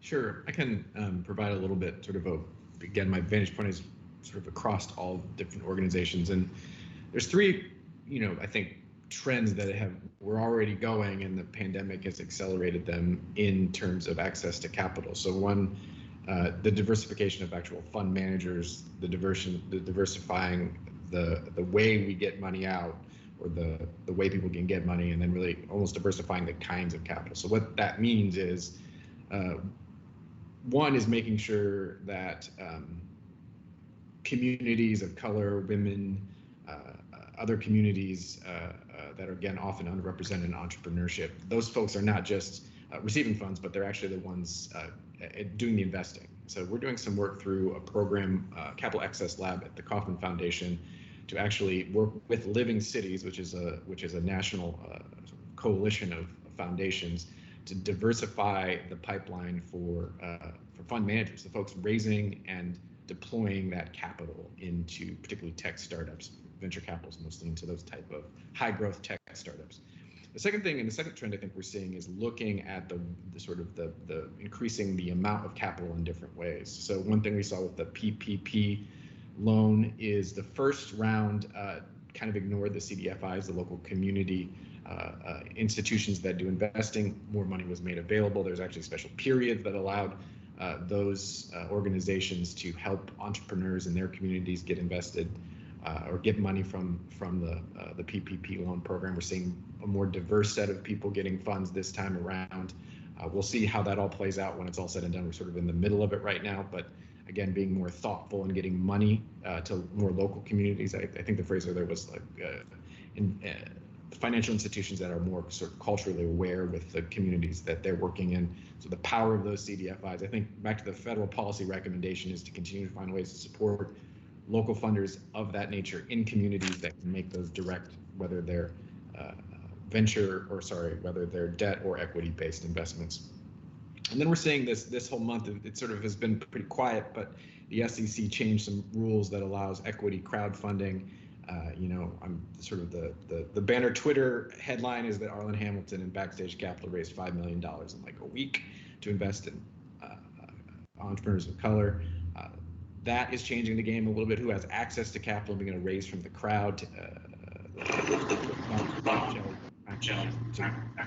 And then the third and final thing to really think about is what are new types of capital that we can make available? The traditional way you think about it is equity, which is getting a piece of the company, and then debt, which is more like a bank loan. But what research we've done through the Coffin Foundation and a number of partners is that 81% of people get neither. So that means those entrepreneurs rely on friends and family, their credit cards, or they not the time.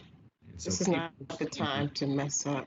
People who don't have access to capital, who can't get venture investment, can't get equity, can't get bank loans, need a new form of capital. And there is a quiet revolution happening across the world and really America of this revenue-based investment. So the Coffin Foundation has made an investment in 5 different funds: 1863 Ventures, Anzu Partners, Capacity Capital, Collab Capital, and Indie VC, to help encourage those folks working with the Ford Foundation on that one.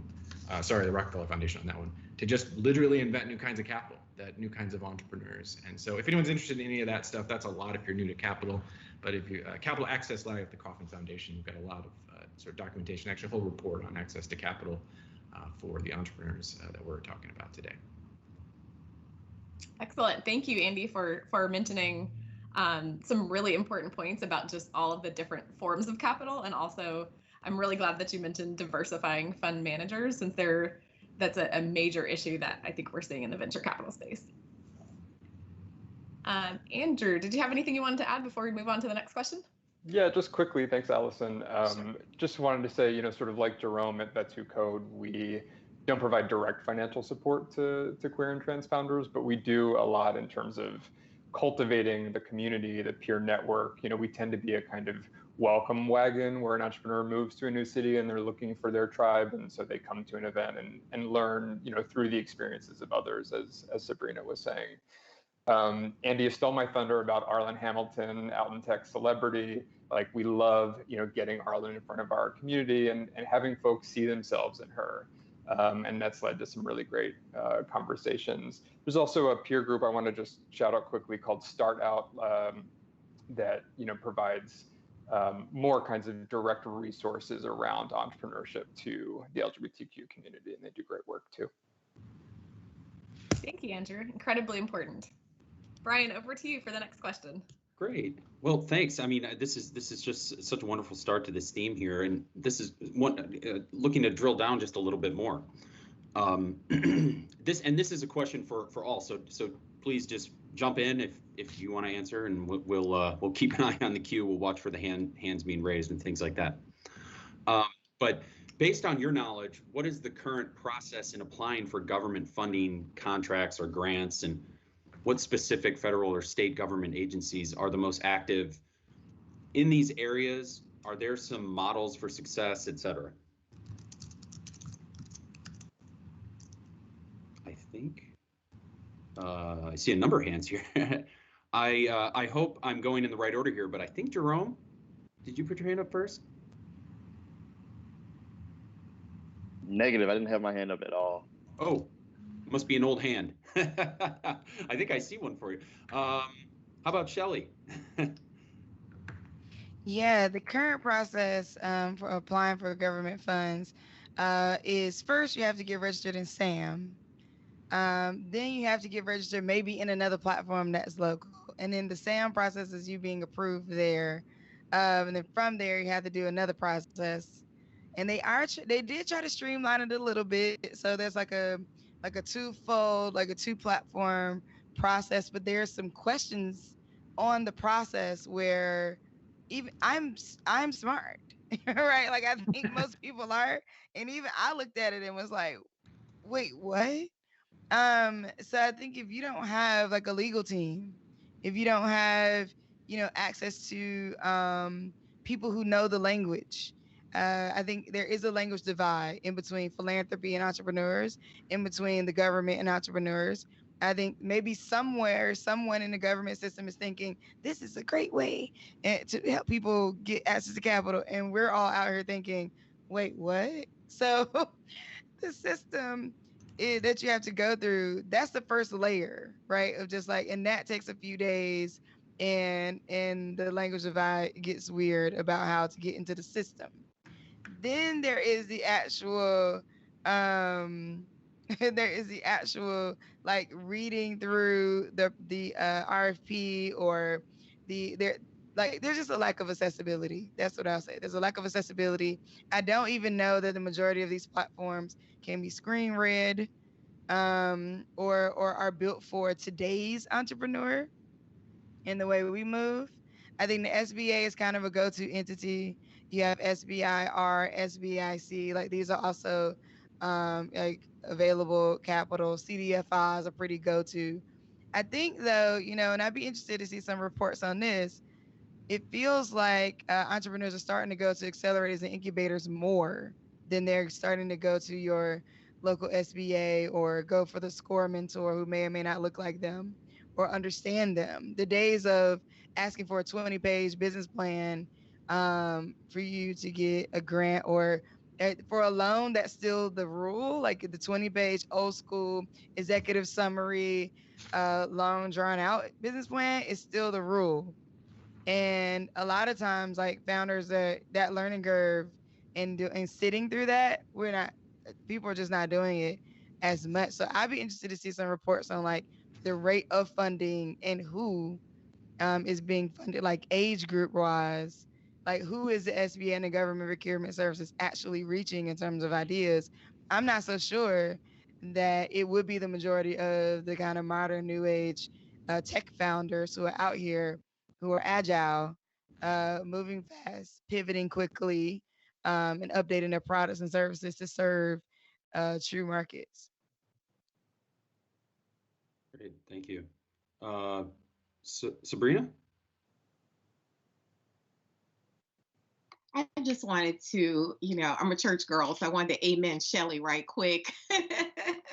The fact that a lot of our Black and Brown founders are just multiple hats, right? You are the lawyer, you are the accountant, you are the marketer, you're everything, right? And to have to take the time out for these extensive processes, it takes away from you generating the revenue that you actually need for your business.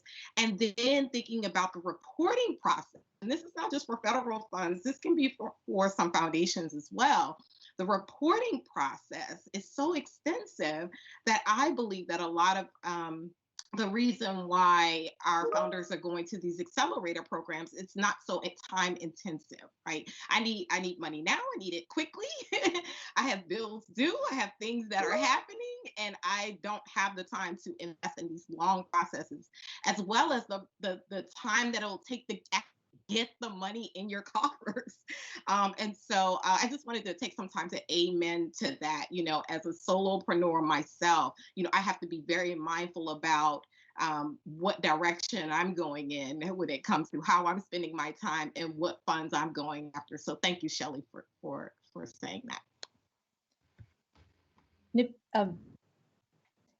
I could just add to some of that as well, just real quick.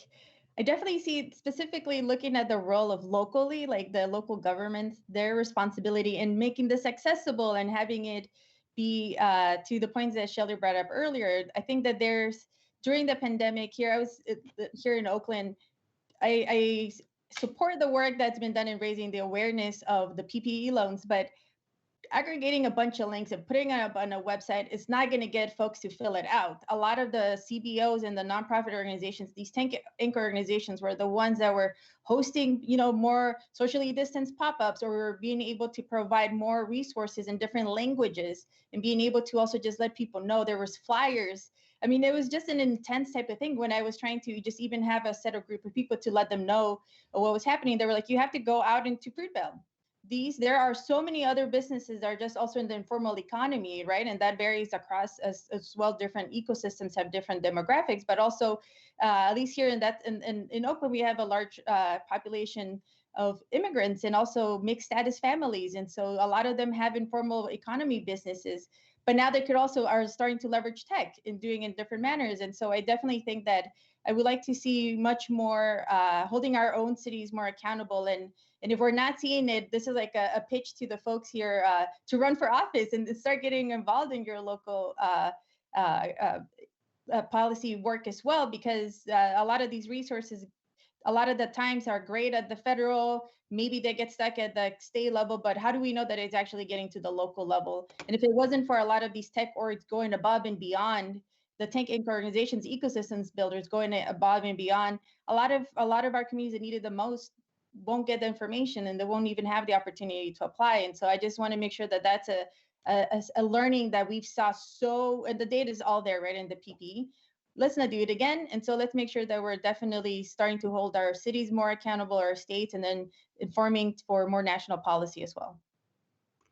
Thanks. So that's a great point. And really, I had a follow-up question to that, but I think that you all answered, several of you kind of spoke to this already. It got to the experiences that you might be aware of and what the best kind of assistance, even technical assistance, should be given, and how federal and state and other entities, banking institutions, can improve their outreach. But I think, Lily, for example, what you were just discussing is really important point there. So I don't know if anyone else has anything more to, I raised my follow-up question, even though it was kind of partially answered, but if anyone has anything more to raise there, maybe Brian, I'll jump in here. Yes, please. I'll jump in here real quick. And, we're talking about procurement policies. They're, oftentimes written by people that are not entrepreneurs. They're difficult. And so, involving entrepreneurs when you write your procurement policies is often very helpful. And if you can't do that, working with local entrepreneurial support organizations, tech anchor institutions, ecosystem builders, whatever you want to call them, actually consulting with them in the processes.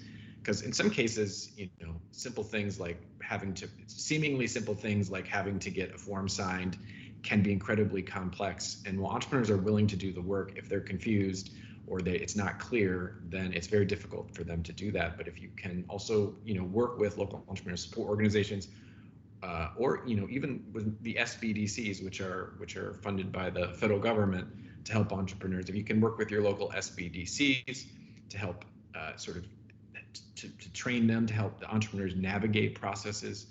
There's a lot of really interesting reform going on, particularly at the municipal and city level.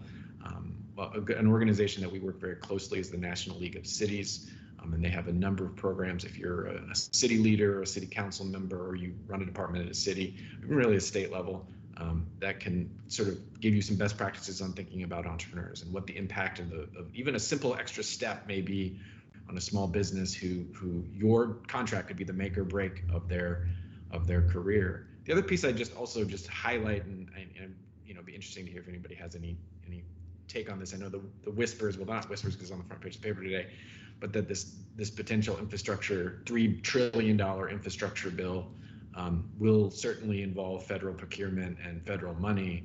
And how and what do we need to do to make sure the entrepreneurs that you all serve have access to be able to bid and participate in what is certainly to be a gold rush of opportunity for entrepreneurs and small businesses to help rebuild post-COVID.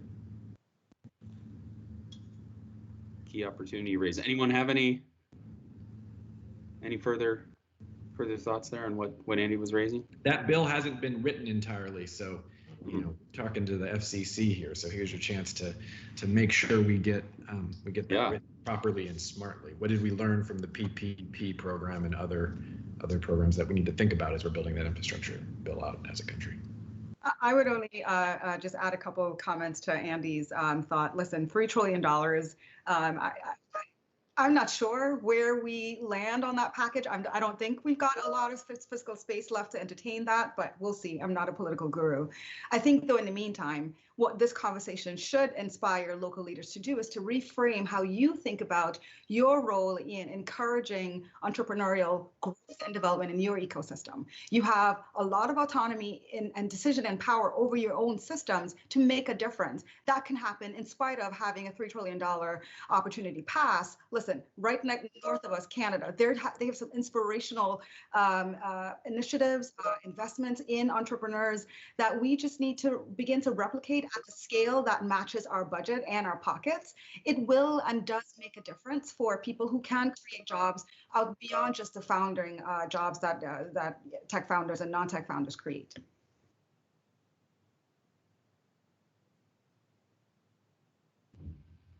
There we go. I unmuted. Well, I defer to you, Allison, maybe about some closing remarks. I mean, this is just I think we're just, it's the tip of the iceberg here, whatever phrase we want to use there to, I mean, extremely interesting, lots of work to be done, and timely developments and opportunities, such as even the ongoing legislation we were just talking about. So, I don't know. Do you want to kind of transition us to the next one, Allison? I defer to you. Sure. Just want to thank the panel again for a wide-ranging discussion, but really helpful. I was taking furious notes over here. Everything from a federal policy, local policy perspective, all the way to how do we provide support on the ground in technical assistance and in mentorship and education support. So really appreciate all of your insights. And I think at this point, we're going to transition to our third theme, facilitated by Clint and Rashidi.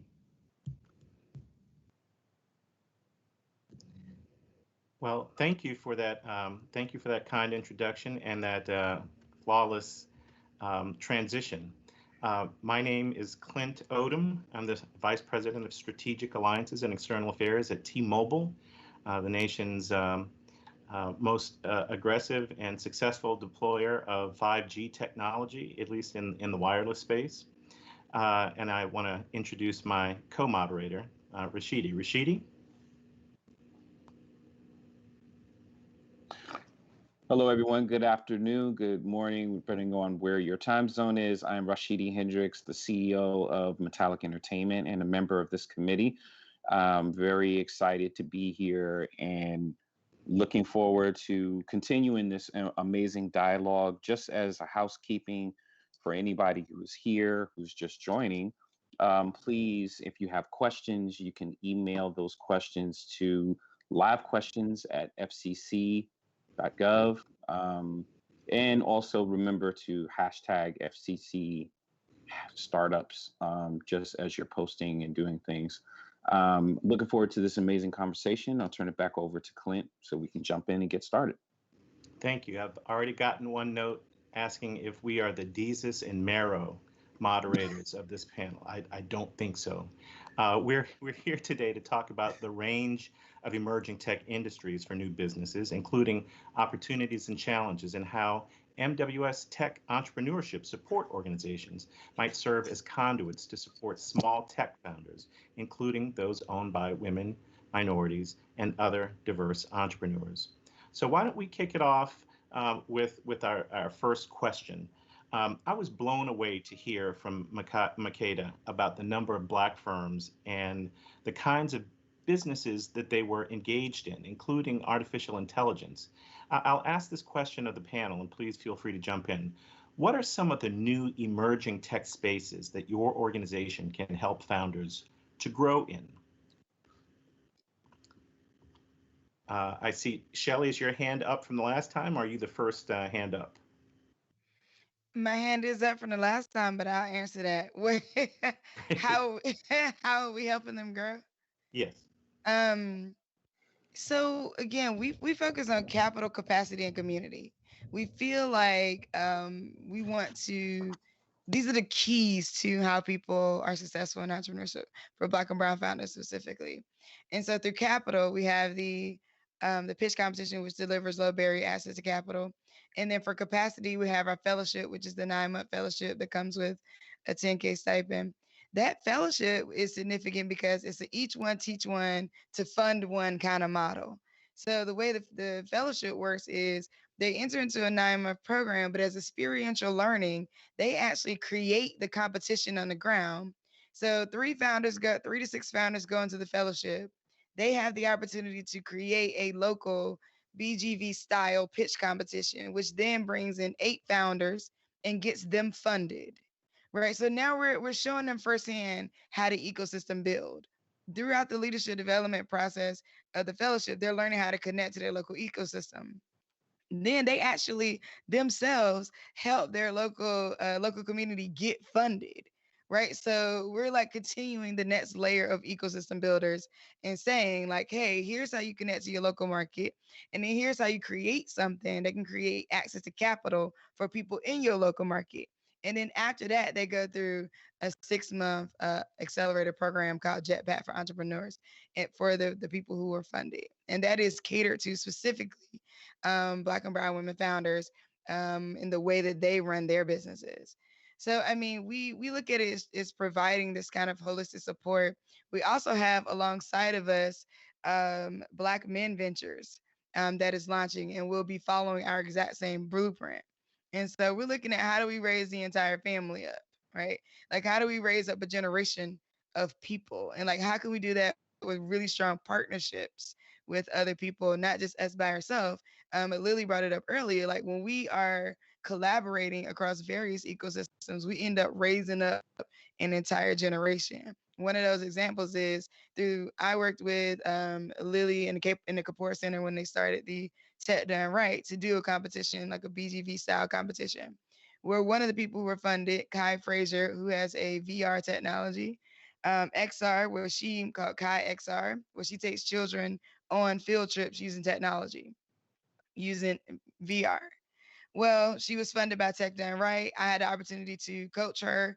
Then she also came along and became a BGV alumni and was funded by BGV through the BGV experience. Like, we both ecosystem builders are supporting her throughout her journey. Now she's closed her own VC round. So I think we look at that journey of a founder. The question that we have to ask ourselves now is, what is the life cycle of a participant? Right? It's no longer like, oh, your participant, my participant, your alumni, my alumni. And how can local governments help us raise up the entire community by incentivizing collaboration? Thank you for that. Jerome, I see your hand up. You want to jump in here?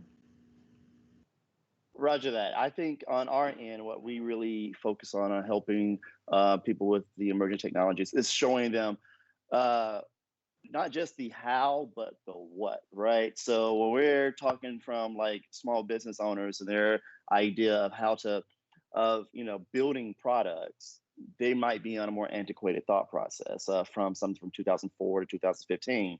And we're like, oh, that is great. But here's a better way. For instance, going back to Render ATL, when he was doing his Rebuilding Black Businesses initiative for helping companies get on board on the internet. One thing that we were really seeing is that they didn't understand that in today's modern tech building ecosystem is that it's more about being able to leverage APIs and putting the blocks together as opposed to building everything from the ground up. So we were able to show, okay, so this is how you use Twilio to as for your chat and your call center to be instantaneous communication to your customer on the as a user endpoint. Or here's how you use Azure to be able to scale up and scale down the type of the databases that you need, and how you can ensure that, particularly if you're in a situation like you're trying to go national, oh, let's talk about these buckets, so that way that which way to ensure that your data is getting to your user in the fastest and most cost efficient way, right? So we have, that's one of the things that we do with emerging markets, is that we try to flatten that curve of, access to that type of knowledge, because if you're just going off the internet and this is your first day, and like, how do I put my business online? And you're just like, well, maybe I just do like, shop from XYZ or something. We're like, hey, there's a better way. You have to think of this from a user-centric focus. Let's look at how you do your business inside, and let's see how the internet does its business. Let's try to reallocate how you do your user experience on the web. I do this analogy of like Amazon versus Target, right? Target wins on the in-person experience. Like, who doesn't love going to Target and just strolling through aisles with a cup of Starbucks, right? That's my favorite thing to do. Versus, Amazon, their user experience on being able to get you exactly what you want within 3 to 5 clicks, is bar none, to the point where from 2011, their one-click button was being like the case of a lot of suing for that patent. So we try to educate them on, this is the how, this is the why, like, how do we create that great customer experience, that feeling at home while on the web, even though people can't be in your building. So like, that's what we do. Perfect. Hey, Lily, I see you. Even though your hand doesn't appear to be up, Great. I know you have a question. Or you have an answer, I should say. Yes, yeah, definitely. And especially on this part, this is where I get really excited, because I started my career as a software engineer. So I've been a techie from being in the lab to building the hardware and software to now seeing how fast we're also depending on it. Most specifically, I want to raise awareness on the impact of automation has on communities of color, and the way that technology, especially during the pandemic, how fast we've actually started to adopt, whether we were aware or not, even way more advanced algorithms that are impacting us in a way that's disproportional, right? And so we've heard a lot of the bias in algorithmic solutions. Specifically, that's one issue that I think it's definitely a racial justice issue, a digital civil rights issue that we have to stay on top. The other part, though, how it's also on the economic footprint it has, and the bifurcation of wages we're starting to see, right? Where we've seen the data where specifically on the coast, where you're closer to quote unquote tech hubs, you have higher wages, but also higher costs. It'll be interesting to see now, as more technology, more people are getting more connected, there's different problems to also solve, what impact that's going to have on the wages. So I think that emerging technologies are something for us to definitely be not just responsive to, but be proactive. And to give a specific example, before I joined the Caper Center, I was actually working at Accenture Tech Labs. And that was like maybe more than 7 years ago, 5 years ago. We were talking, the emerging tech then was AR, augmented reality, virtual reality, artificial intelligence, cybersecurity, DevOps, and whatnot. And those are still super relevant now, because it's taken time for a lot of them to hit more at scale and be able for more entrepreneurs to enter these types of spaces. Specifically, as some of these startups are getting connected to some of the Fortune 500 companies, and that would uplift that model, because there's definitely an opportunity there for some of the collaborations with startups, as well as some of the larger corporates, to really help create new markets.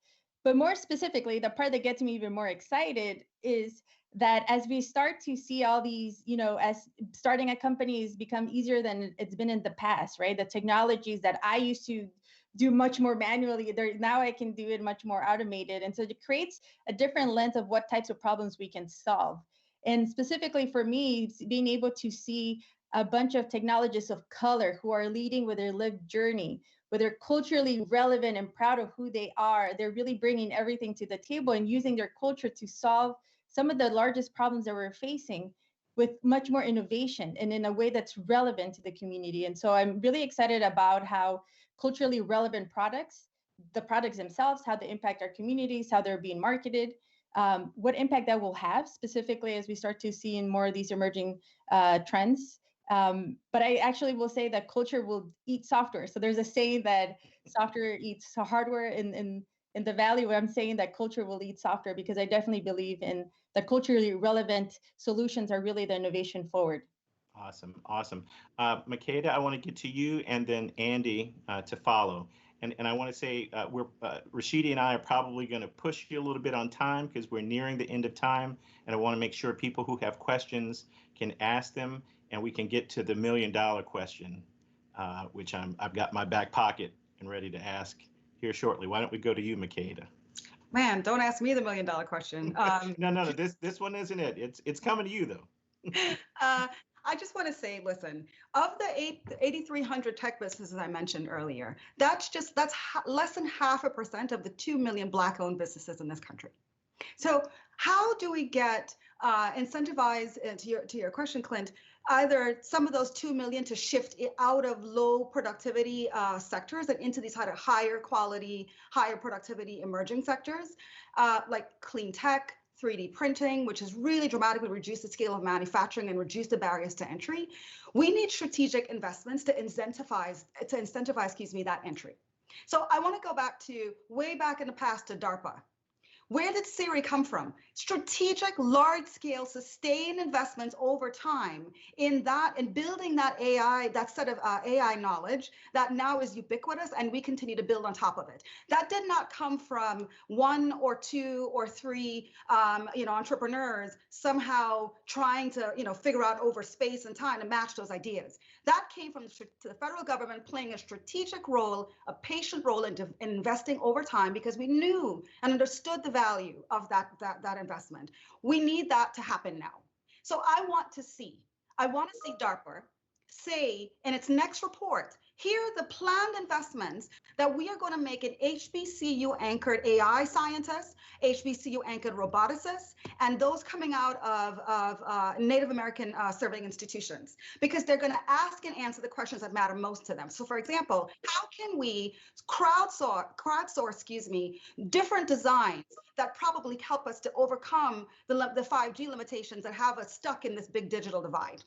They can do it, but they can't do it in a way that we're asking them to. Hey, compete, here's $50,000. No, I need you to remember that DARPA brought us where we are today. So we need to go back and bring that kind of spirit and capacity and history to bear on making sure that rural minority communities can participate in this digital economy.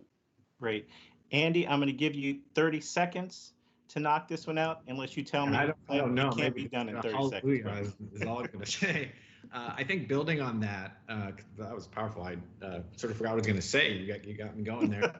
I think to build on. It's hard to follow, Makeda. I know it's not fair. Yeah. You should have asked your question. You should have raised your hand earlier.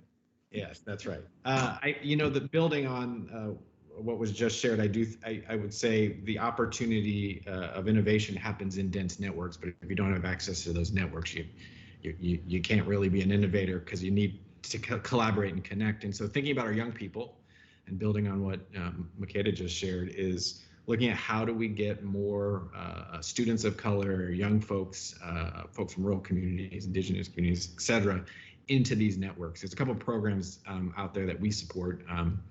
HBCU at South by Southwest, which is a program Rodney Sampson runs through Opportunity Hub. It gets more young people into those networks around South by Southwest from HBCUs and other similar institutions. And then I think about the stories we tell about who are the innovators and who are the people that are already innovating. There are many great stories out there of folks doing that, but it often gets buried in the mainstream media. And I'm a big fan of Sherelle Dorsey and her work at The Plug, just to tell stories of Black innovators and the Black innovation economy, and just showing who's already out there doing this work to inspire other young people, and I mean all age people, to get involved and engage in these industries that have a lot of future opportunity. Great. So Rashidi and I kind of have this last question because we want to frame this to close this out. But we've talked a lot today about the what and the how. We've not talked about the why. I've heard a couple of references to George Floyd. I think about Matthew Shepard.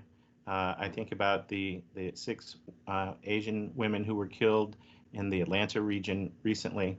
My question to each of you is, why are tech entrepreneurship support organizations important for minority women and small businesses? And why are they important to the American economy and society at large? There's a lot of skepticism and a lot of lack of awareness about why this is important, but I know everyone in this panel has a view on the why, and in no particular order, but I want to start with Alicia, who represents Native communities. And why is this so important, Alicia? It's apparent to all of us, but please explain why it's so important.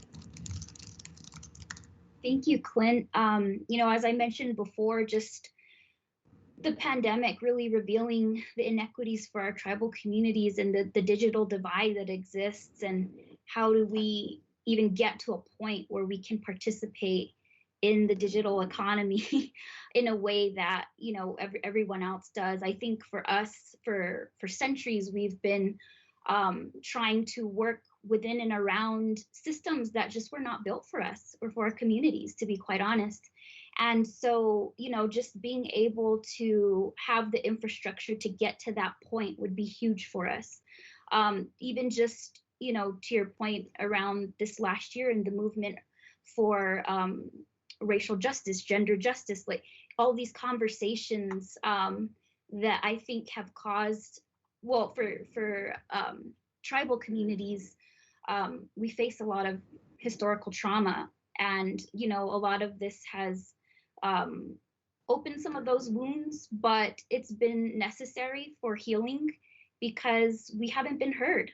We haven't been heard since forever, Right. and so it's so critical for us to be able to participate and being able to have access and provide folks in our network with these resources is just, I can't express how important it is for our communities. So I just appreciate being part of the conversation. I know that we're in a place where it's hard to have this conversation because of the lack, but it's important to still be at the table. And so I just appreciate that. Thank you. Thank you.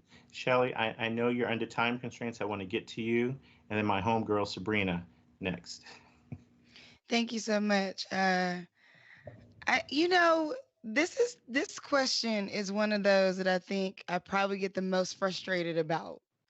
And I say that because I think Andy, Makeda, and Lily specifically have really clearly laid out why economic development, new ideas, small business surge, empowerment, and mainly economic development, right?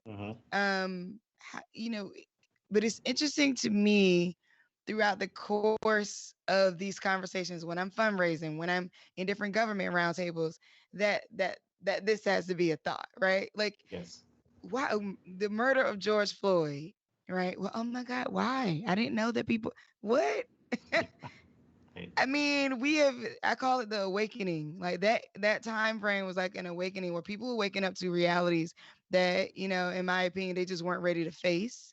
And I think less about the why and more about, well, what are the assumptions that have been made?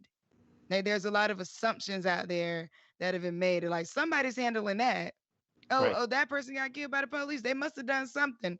Like, these types of dismissive assumptions are the challenge for people actually owning the why for themselves locally in their own neighborhoods. Yep. So I think the why is in every headline.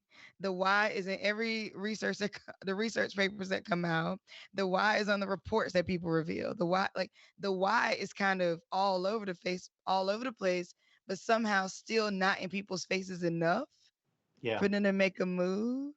So we tend to focus on the what because it feels like they don't understand what to do when they're really somewhat hung up and confused on the why.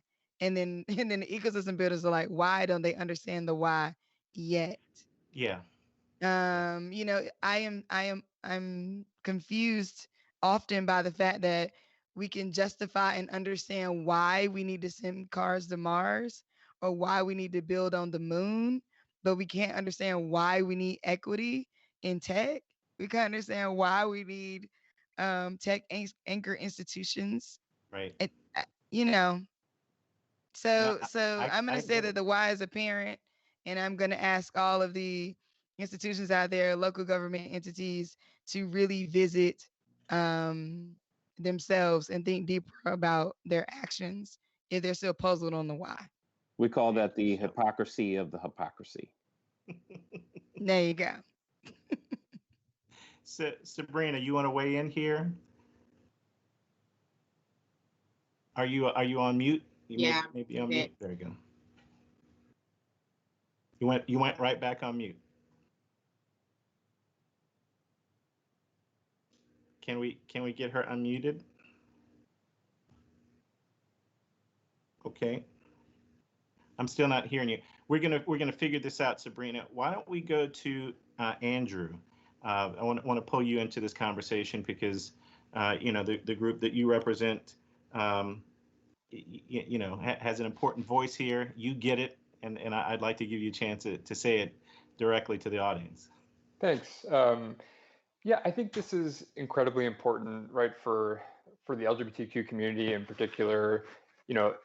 This is a group that experiences high levels of discrimination in employment, housing, healthcare, education, and so sort of all of those things are really necessary preconditions for being in a place where you can start small businesses and getting access to emerging tech and things like that. But what I want to pick up on something that Shelley said, which is I think there's this issue of this really pernicious kind of issue of bias in hiring, right? So before, in my lifetime, companies like Amazon, Airbnb, Facebook, Pinterest, none of those existed when I was a kid. And now they're, serving billions of people, trillions of dollars. And so I think it's so important that those founding teams matter. Who is making the decisions for those products that ultimately have these outsized influences on, on our economy and on the world. We have to ensure that small business, before it becomes big business, in that sort of, it seems like the window is compressing down to years, months, weeks of how long that process actually takes. But that when they do, it really needs to reflect the rich diversity of the folks we see here today on this call. Thank you. And because we're running out of time, Bill Gates has decreed that Sabrina will be the last person to weigh in on this. And my profuse apologies, but we're running out of time. But I wanted to get your perspective. You've been quiet for a while, and I know still waters run deep. Go ahead, Sabrina. Thank you so much. So plain and simple, I'm going to keep it short and sweet. It's more than just about equity. Equity leads to sustainability, right? And the tech ecosystem locally, nationally, globally cannot be sustained if we are not in it, right? And so from the beginning of the pipeline, from the workforce development all the way through to founders becoming investors. Okay, I'm going to put an amen right there, right? Because we want to founders to investors, right? So the entire pipeline, we must have complete accessibility and equity throughout the entire pipeline for all of the roles that fill this ecosystem.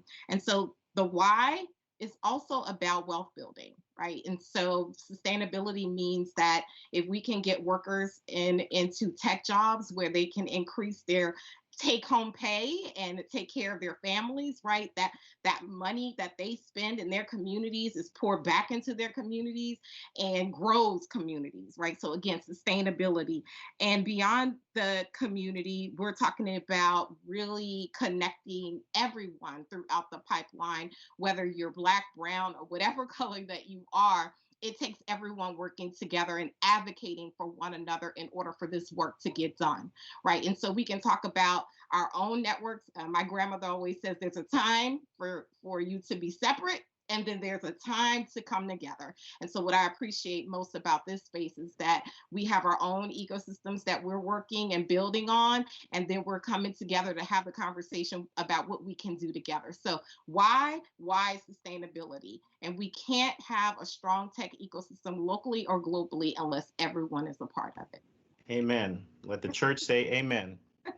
I'm going to turn it over to the illustrious Dr. Fallon Wilson to close us out. And I want to just say thank you on behalf of Rashidi and me and the FCC. What a brilliant panel you all were. Thank God for you all. Thank you. Thank you so much to each of you. First and foremost, this discussion has been amazing. It has been invigorating. There have been a lot of mic drops, and I put those emojis on your hashtags and your handles, so you'll see them when you get off of here. We're just excited that the FCC has allowed us, through the leadership of Anna, Heather, and our illustrious leader, Dr. Nicole Turner, to really have a conversation on supporting tech entrepreneurship support organizations. Based on everything you said, we are definitely tech ecosystem anchor organizations in cities, and that there should be federal dollars and various programs created to assist. Dr. Makeda probably can bring us into the fore on how we can get those monies to do that amazing work. But I think overall it has been a great conversation, and we are so thankful for each of you. Now I have the great opportunity to introduce you to one of the amazing FCC women behind the scenes, who's going to close out our great conversation. Jamila, I think she's coming on, and she'll give closing remarks. Hi, thank you so much. Turn your cameras off too. Thank you so much, Fallon. We'd just like to thank all of our terrific panelists today who contributed so much to our learning. We value each and every one of you. We value so very much for being part of the FCC's Brain Trust, especially because these are not the voices that are typically heard in these forums. So we want to really thank you and show our gratitude for telling us why these voices ought to be at the table. We appreciate your time. For everyone who enjoyed today's conversation, we invite you to look out for more information on the Advisory Committee's next program coming up on April 28th. The Digital Empowerment and Inclusion Working Group will co-sponsor a Tech and Communications Diversity Opportunity Symposium and virtual fair. And this program is going to feature one-on-one networking between diverse communications businesses and the agencies and companies that want to engage with them. So I invite anyone who has any interest in entrepreneurship to join us on April 28th, and please do look out for more information on that program. And in closing, I'd like to thank everyone who had a hand in today's program, beginning with the FCC leadership, the Office of FCC Acting Chairwoman, Jessica Rosenworth. So we thank you all so very much for facilitating today's program. I'd like to thank all of the Media Bureau leadership for their support, unwavering support. Thanks so much to Jeff Reardon, Steve Balderson, Greg Huff, the communications media team.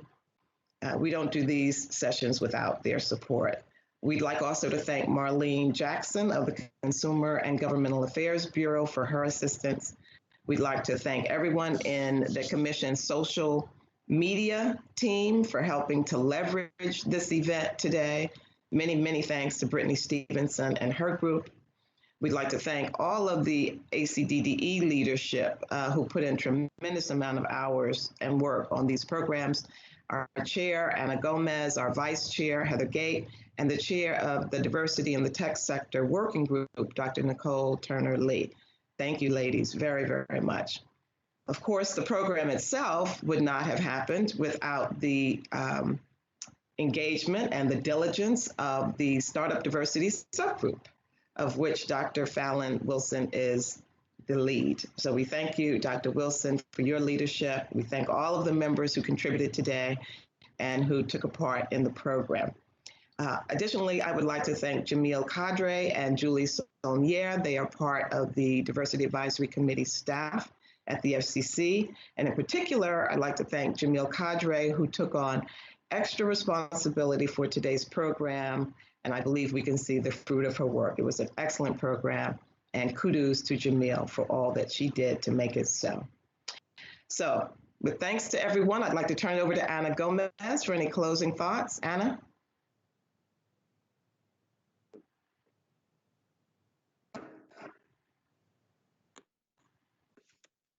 Sorry, I'm having some unmute and unvideo issues. You're there? I'm here. Can you hear me? We can, and we see you. Thank you, Anna. Great. What a terrific conversation we had today. So many interesting insights. As Jamila said, it was really terrific to have some voices that we don't normally hear at the FCC, but that are so important to take into consideration as we consider all of these issues. I appreciate all of our speakers, the hard work that the working group and the subgroup put in putting this together. Just want to say thank you again and have a wonderful rest of your day.